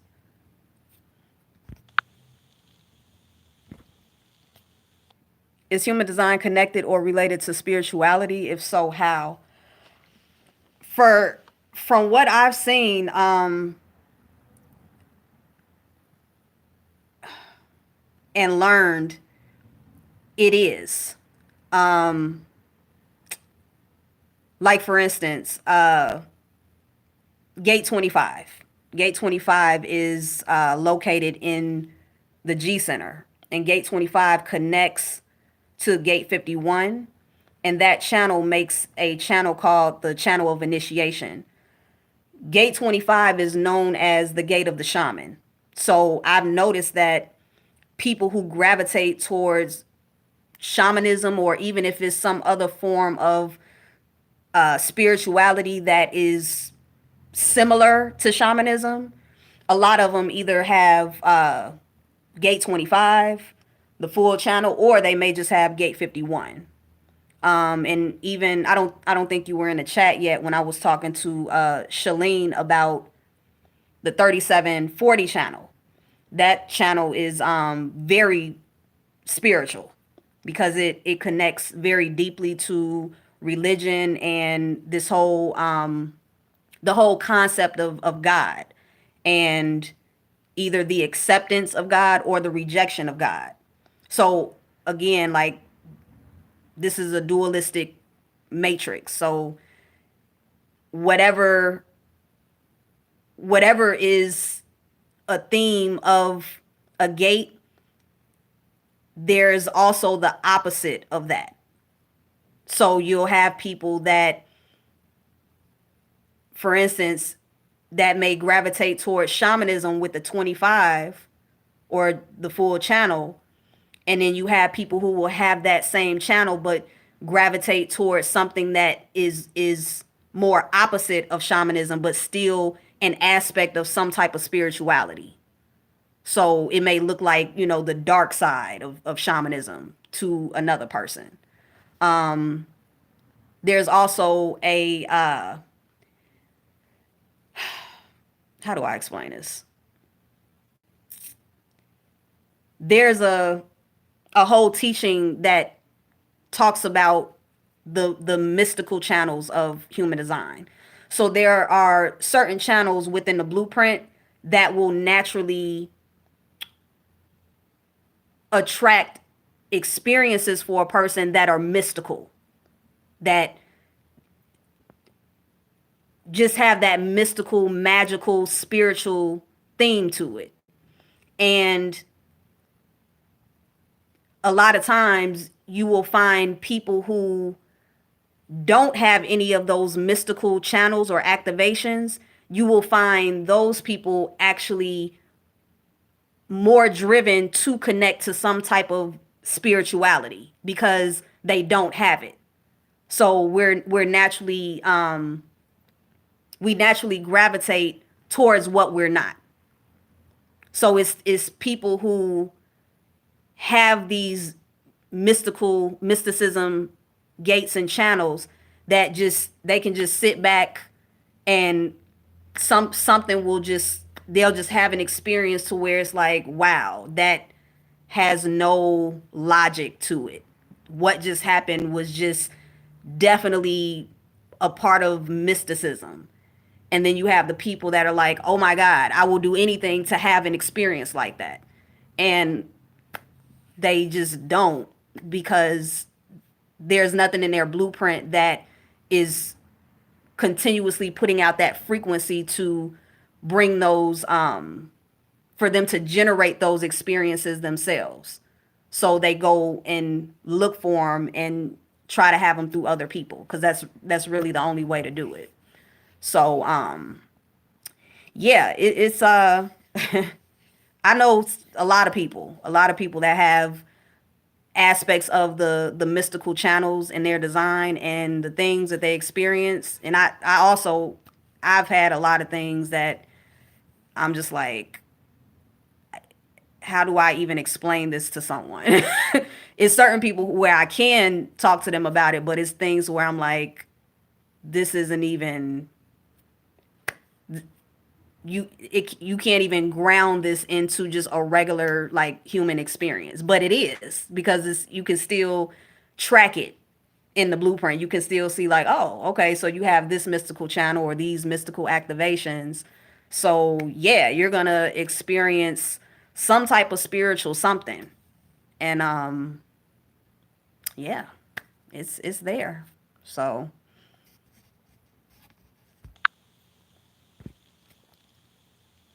oh, okay. Shalene, your caves. Okay. Um my mother is caves. So caves people, let me ask you this. When you were a child, did you have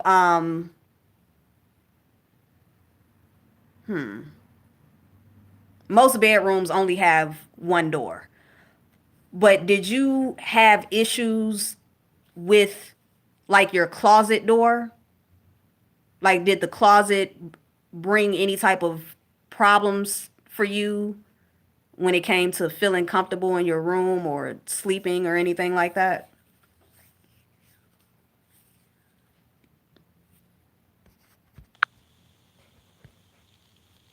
Daryl says, I see this is very interesting. You know very much about it. Thanks for sharing your knowledge. Oh, you're welcome. You're welcome. Do I have religious or spiritual beliefs? Not anything that I'm locked into.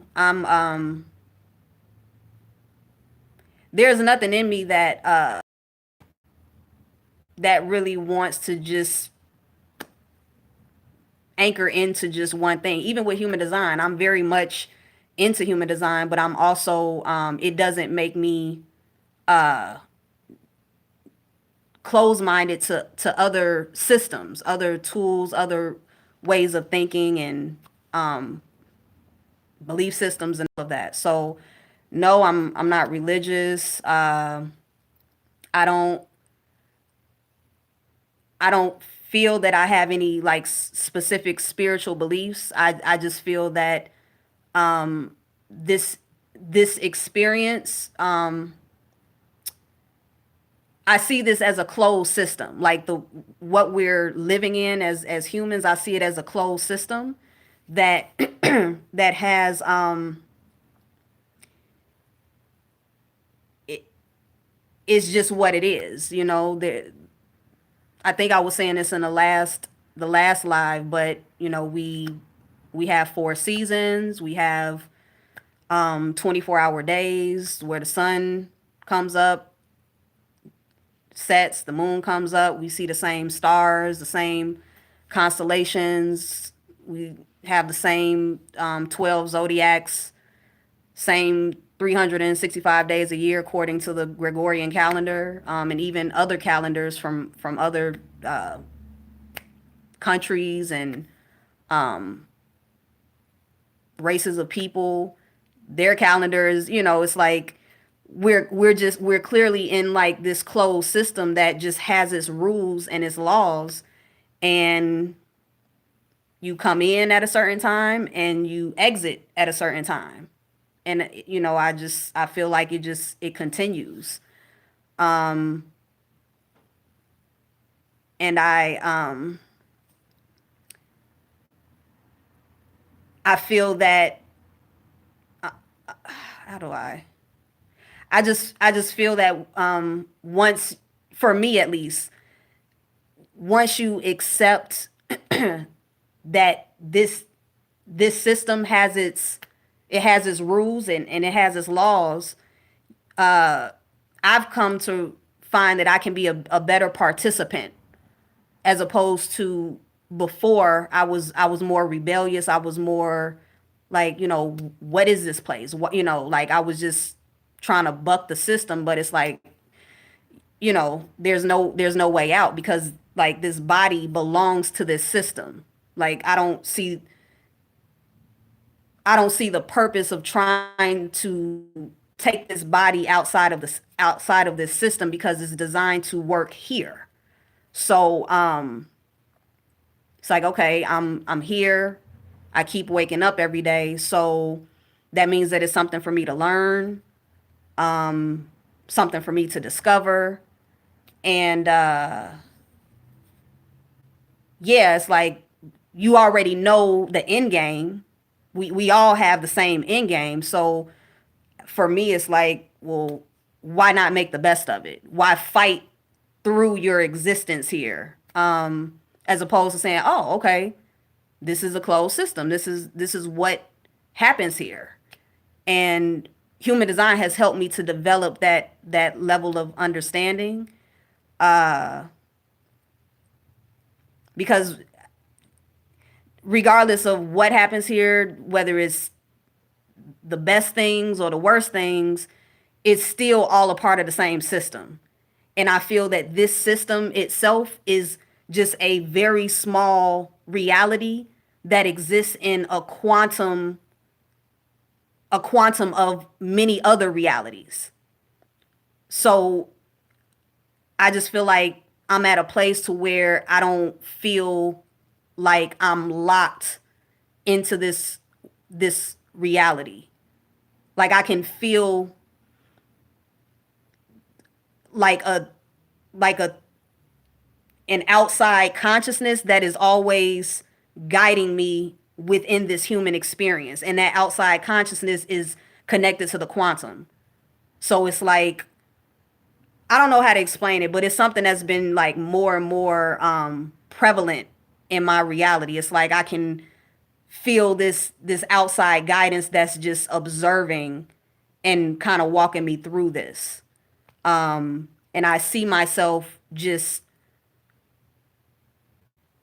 like like operating according to my blueprint. Like, I can see the things in my blueprint playing out in everyday life. I can feel the program inside of this vessel. And I just watch myself play out the program within the program, but I'm aware that this is just a very small reality that,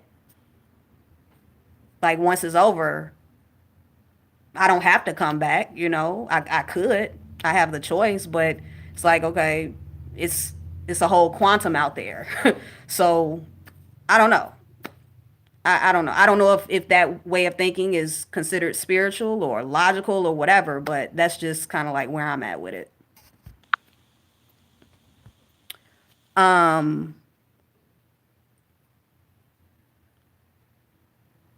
okay, you said your closet was always packed with stuff. Um,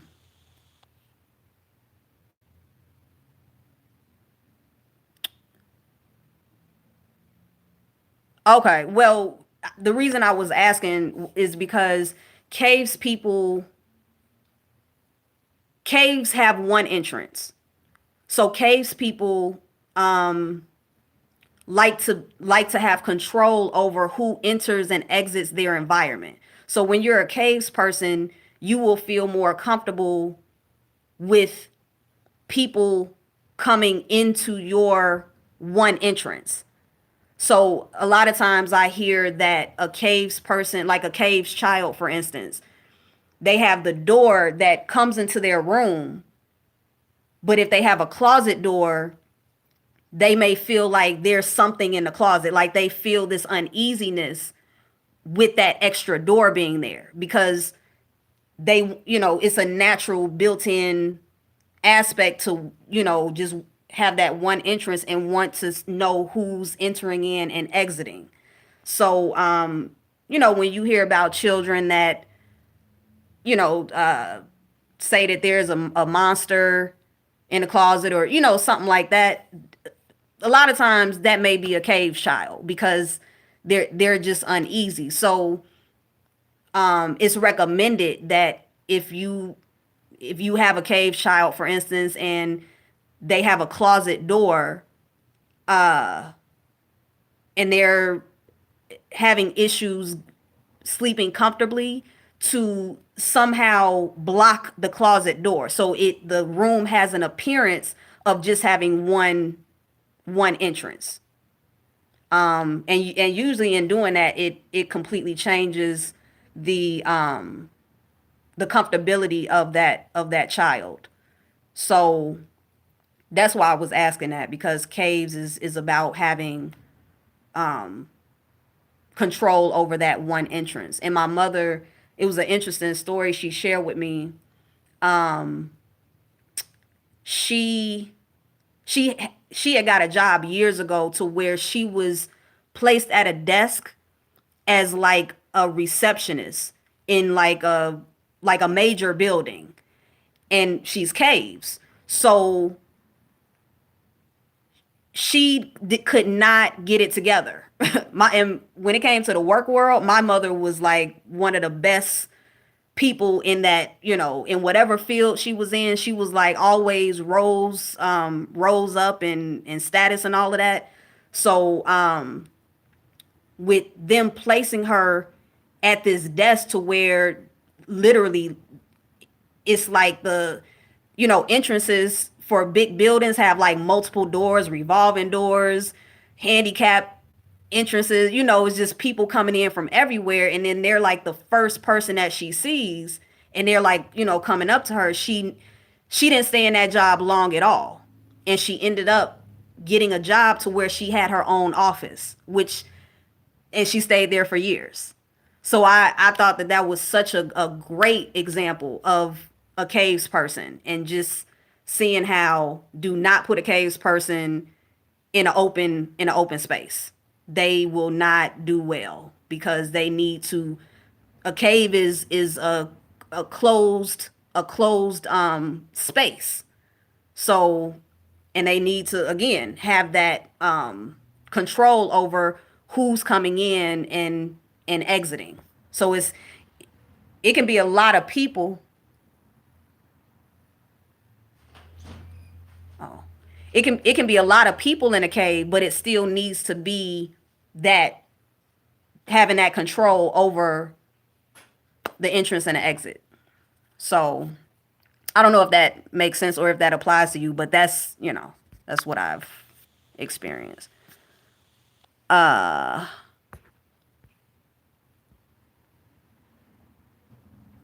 Daryl says I was always uncomfortable with closets when I was young. Yeah, Daryl, you might, I don't know, but you may be a caves person. Uh, sh- send me an email. I haven't put any information on this thing, but you can go to my website, freeyourmindtoshine.com. And that's where you can see where to get your free blueprint or the information I need. And yeah,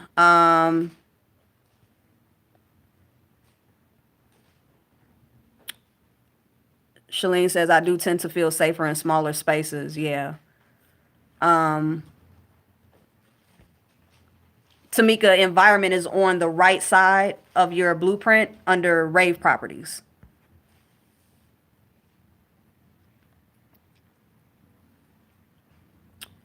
Daryl says, I know nothing about this, but it seems like I will be a dry kitchen or cave.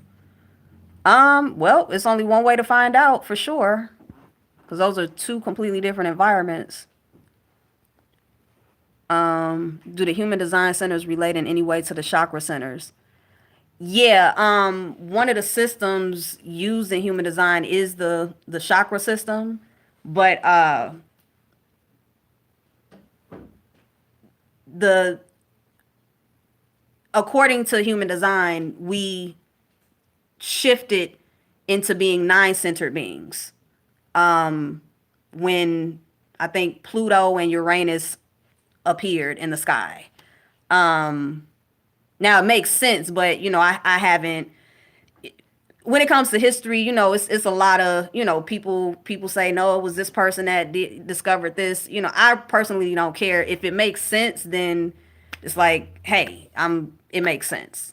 If I resonate with it, then that's what matters. But from my understanding, the lifespan of a human when we were seven-centered beings was much shorter than what we are now. So being nine-centered beings, since these extra two planets, showed up however many years ago, that extended the lifespan to 84 years, or these bodies have lifespans of at least 84 years, which I've seen a lot of information and proof to back that up. So that's why I'm like, hey, it's resonating. I've seen a lot that backs that up, not necessarily from the human design perspective, but just looking in other areas of history. It's like, oh, wow, it's making sense. So even though human design still uses a chakra system, we no longer have seven centers anymore. So, yeah,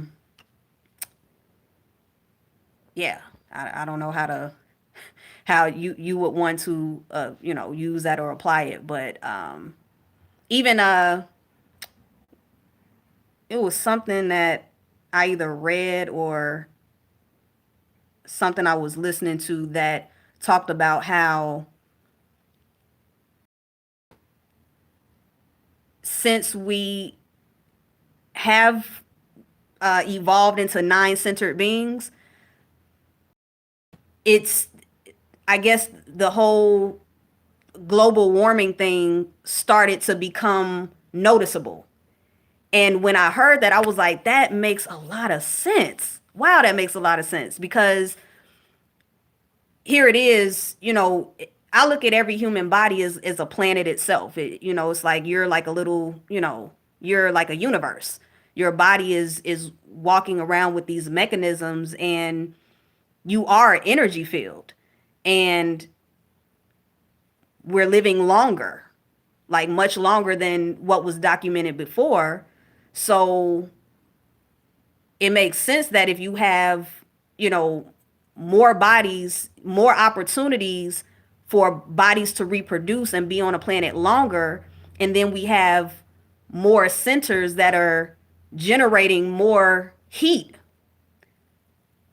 it just kind of makes sense that, yeah, the planet itself would warm up in some type of way. Now, I haven't gotten deep into global warming, but just that basic idea makes a lot of sense to me. I totally resonate with it. So, yeah. Um,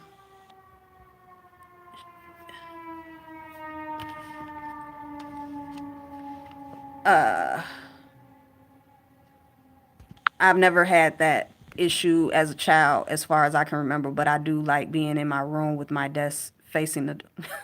Wow. Okay. That is very interesting. That I don't know, like the visual that I got of that was totally caves. Totally caves. Wow. Wow. That's funny, but that's real. That's real.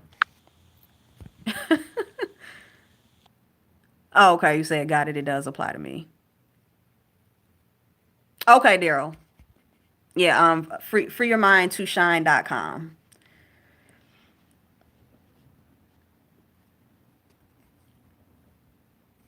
Yep.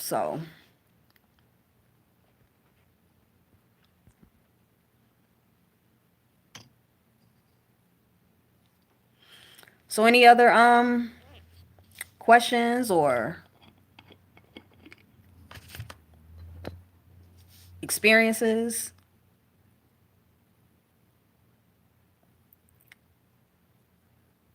You said I agree.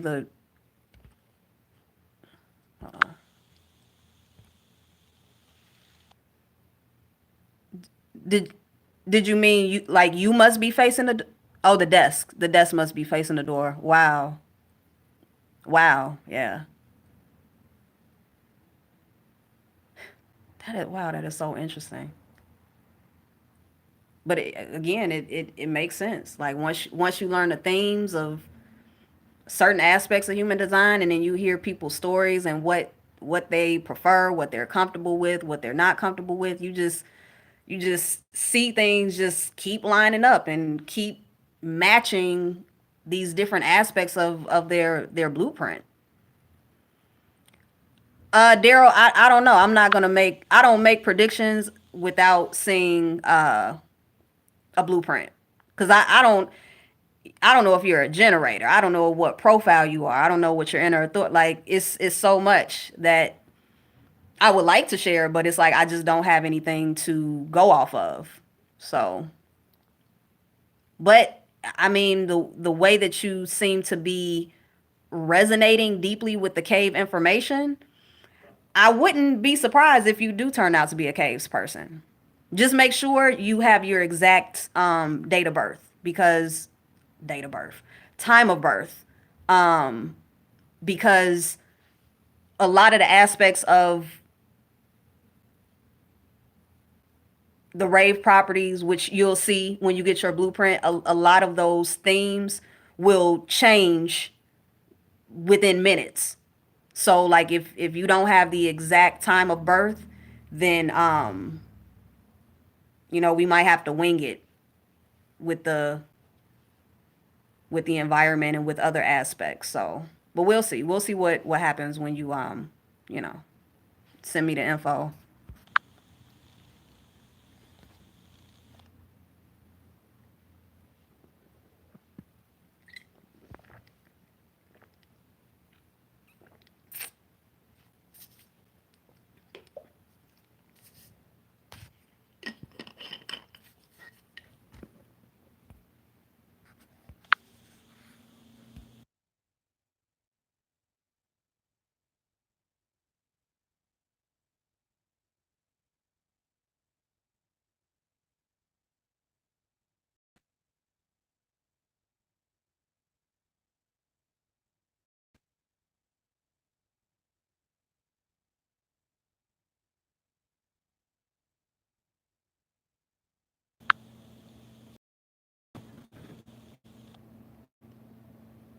Okay, Daryl, that would be awesome.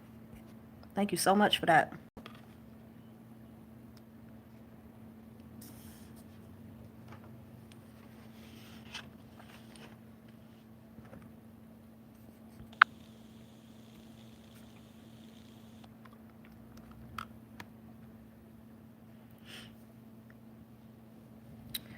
All right, Shalene, thank you for stopping in again and engaging in the conversation.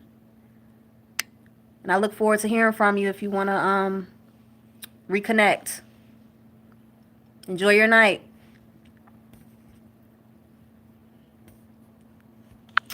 And yeah, anybody else? Wow, this time goes by so fast.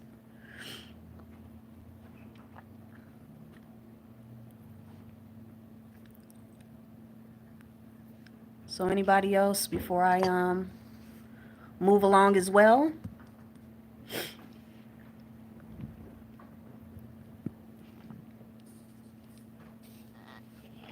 Oh, hey, Ronnie Blue.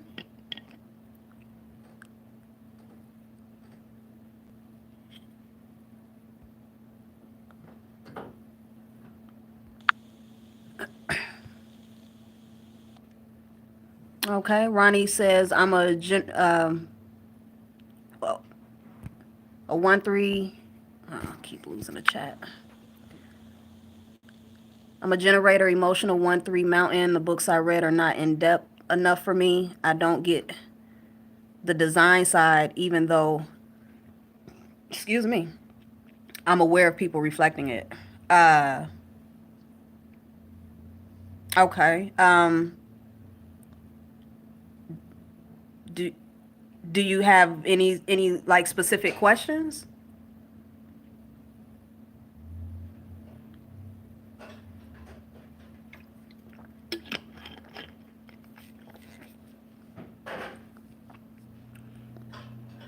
Okay, Rose Scholar.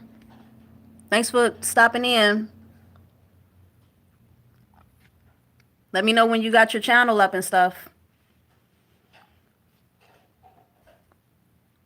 And enjoy your night and enjoy the game.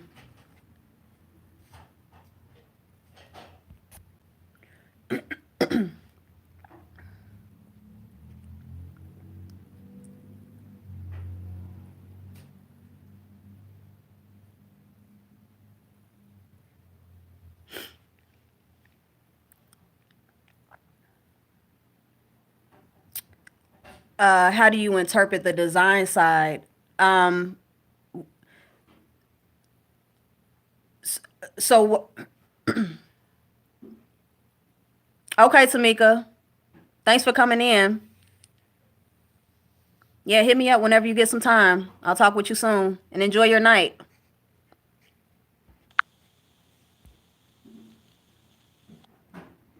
Um,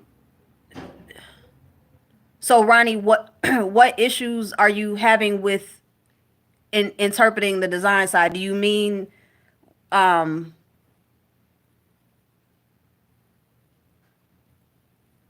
I don't know. I need I don't under I'm trying to understand what you're asking. Cuz I don't know if you're talking about like the cuz the design side for me is just is the red, everything that's red. So,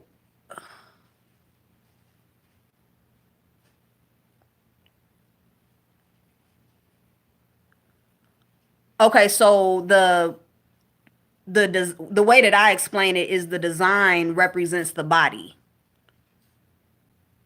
The the natal information, like the day that you were born, that represents the mind. So, um, how they how they explain it in human design, that your personality side is who you think you are. That's the conscious side of you, and then the design side, which is the unconscious aspect of you, also the body, the body's blueprint.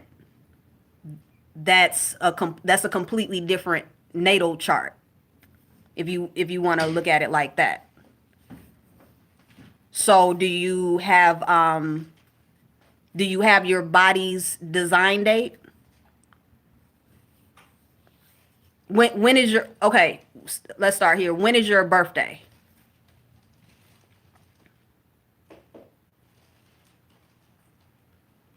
Okay, this is a different subconscious. Like a lot of people do that. They mix astrology, like terminology and that system with human design, and it's not the subconscious that you're speaking of from the astrological standpoint is not what it's not the same thing. So okay, so you're 10/20/79, so that means that your body's birth date will be around let's see. It'll be around 7 July, like 21st. Hold on, I'm thinking of a friend of mine who's close to your birthday, and his body's birthday is Yeah. So your body's birthday will be around like July 21st. So that's what's that like Cancer cusp into Leo. Like you could literally be like the last day in Cancer, first day in Leo. That's like the around the time that your body's design date is. So yeah, I'm sorry. If I had your blueprint, then I could, I could have the exact information for you and just give it to you. But you can send me an email from my website if you want the full human design chart with that information on it. But basically, human design is explaining the mind and the body as two completely separate zodiacs. Yes, I do readings. My website is freeyourmindtoshine.com. And I do customized readings. So, you may not want, there may be specific things that you want to know. And I can customize the reading for you so that I'm making sure that you get exactly what you want. Because with you already being knowledgeable in astrology, well, it would be something that I would talk to you about ahead of time and figure out, okay, how do you want to customize this reading if you want to get one. So if it's something you want to do, feel free to reach out to me and we can have a consultation and figure everything out. Oh, your son is a manifesting generator and he is difficult. Okay. Oh, so you're a generator, which means that do you is your throat defined or is it open? Because with your son being an MG, then he automatically has he operate MGs and generators definitely operate differently. So his one of his motors is connected to his throat, which makes I can see how that can be a conflict. But I would of course need to if I was to look into it, I would need to see like exactly what's going on. But I do also do parental conditioning readings, so and free partnership charts as well. So when you go on the website, you can also get the partnership for you and your son, and it can actually show you what you all look like combined as one unit, and that will give a lot of information as to whatever the difficulties are between you two. Oh, okay, great. I look forward to hearing from you. And thanks for checking in and asking questions.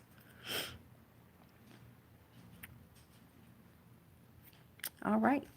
So, oh, we're at 2.5 hours. So I think I'm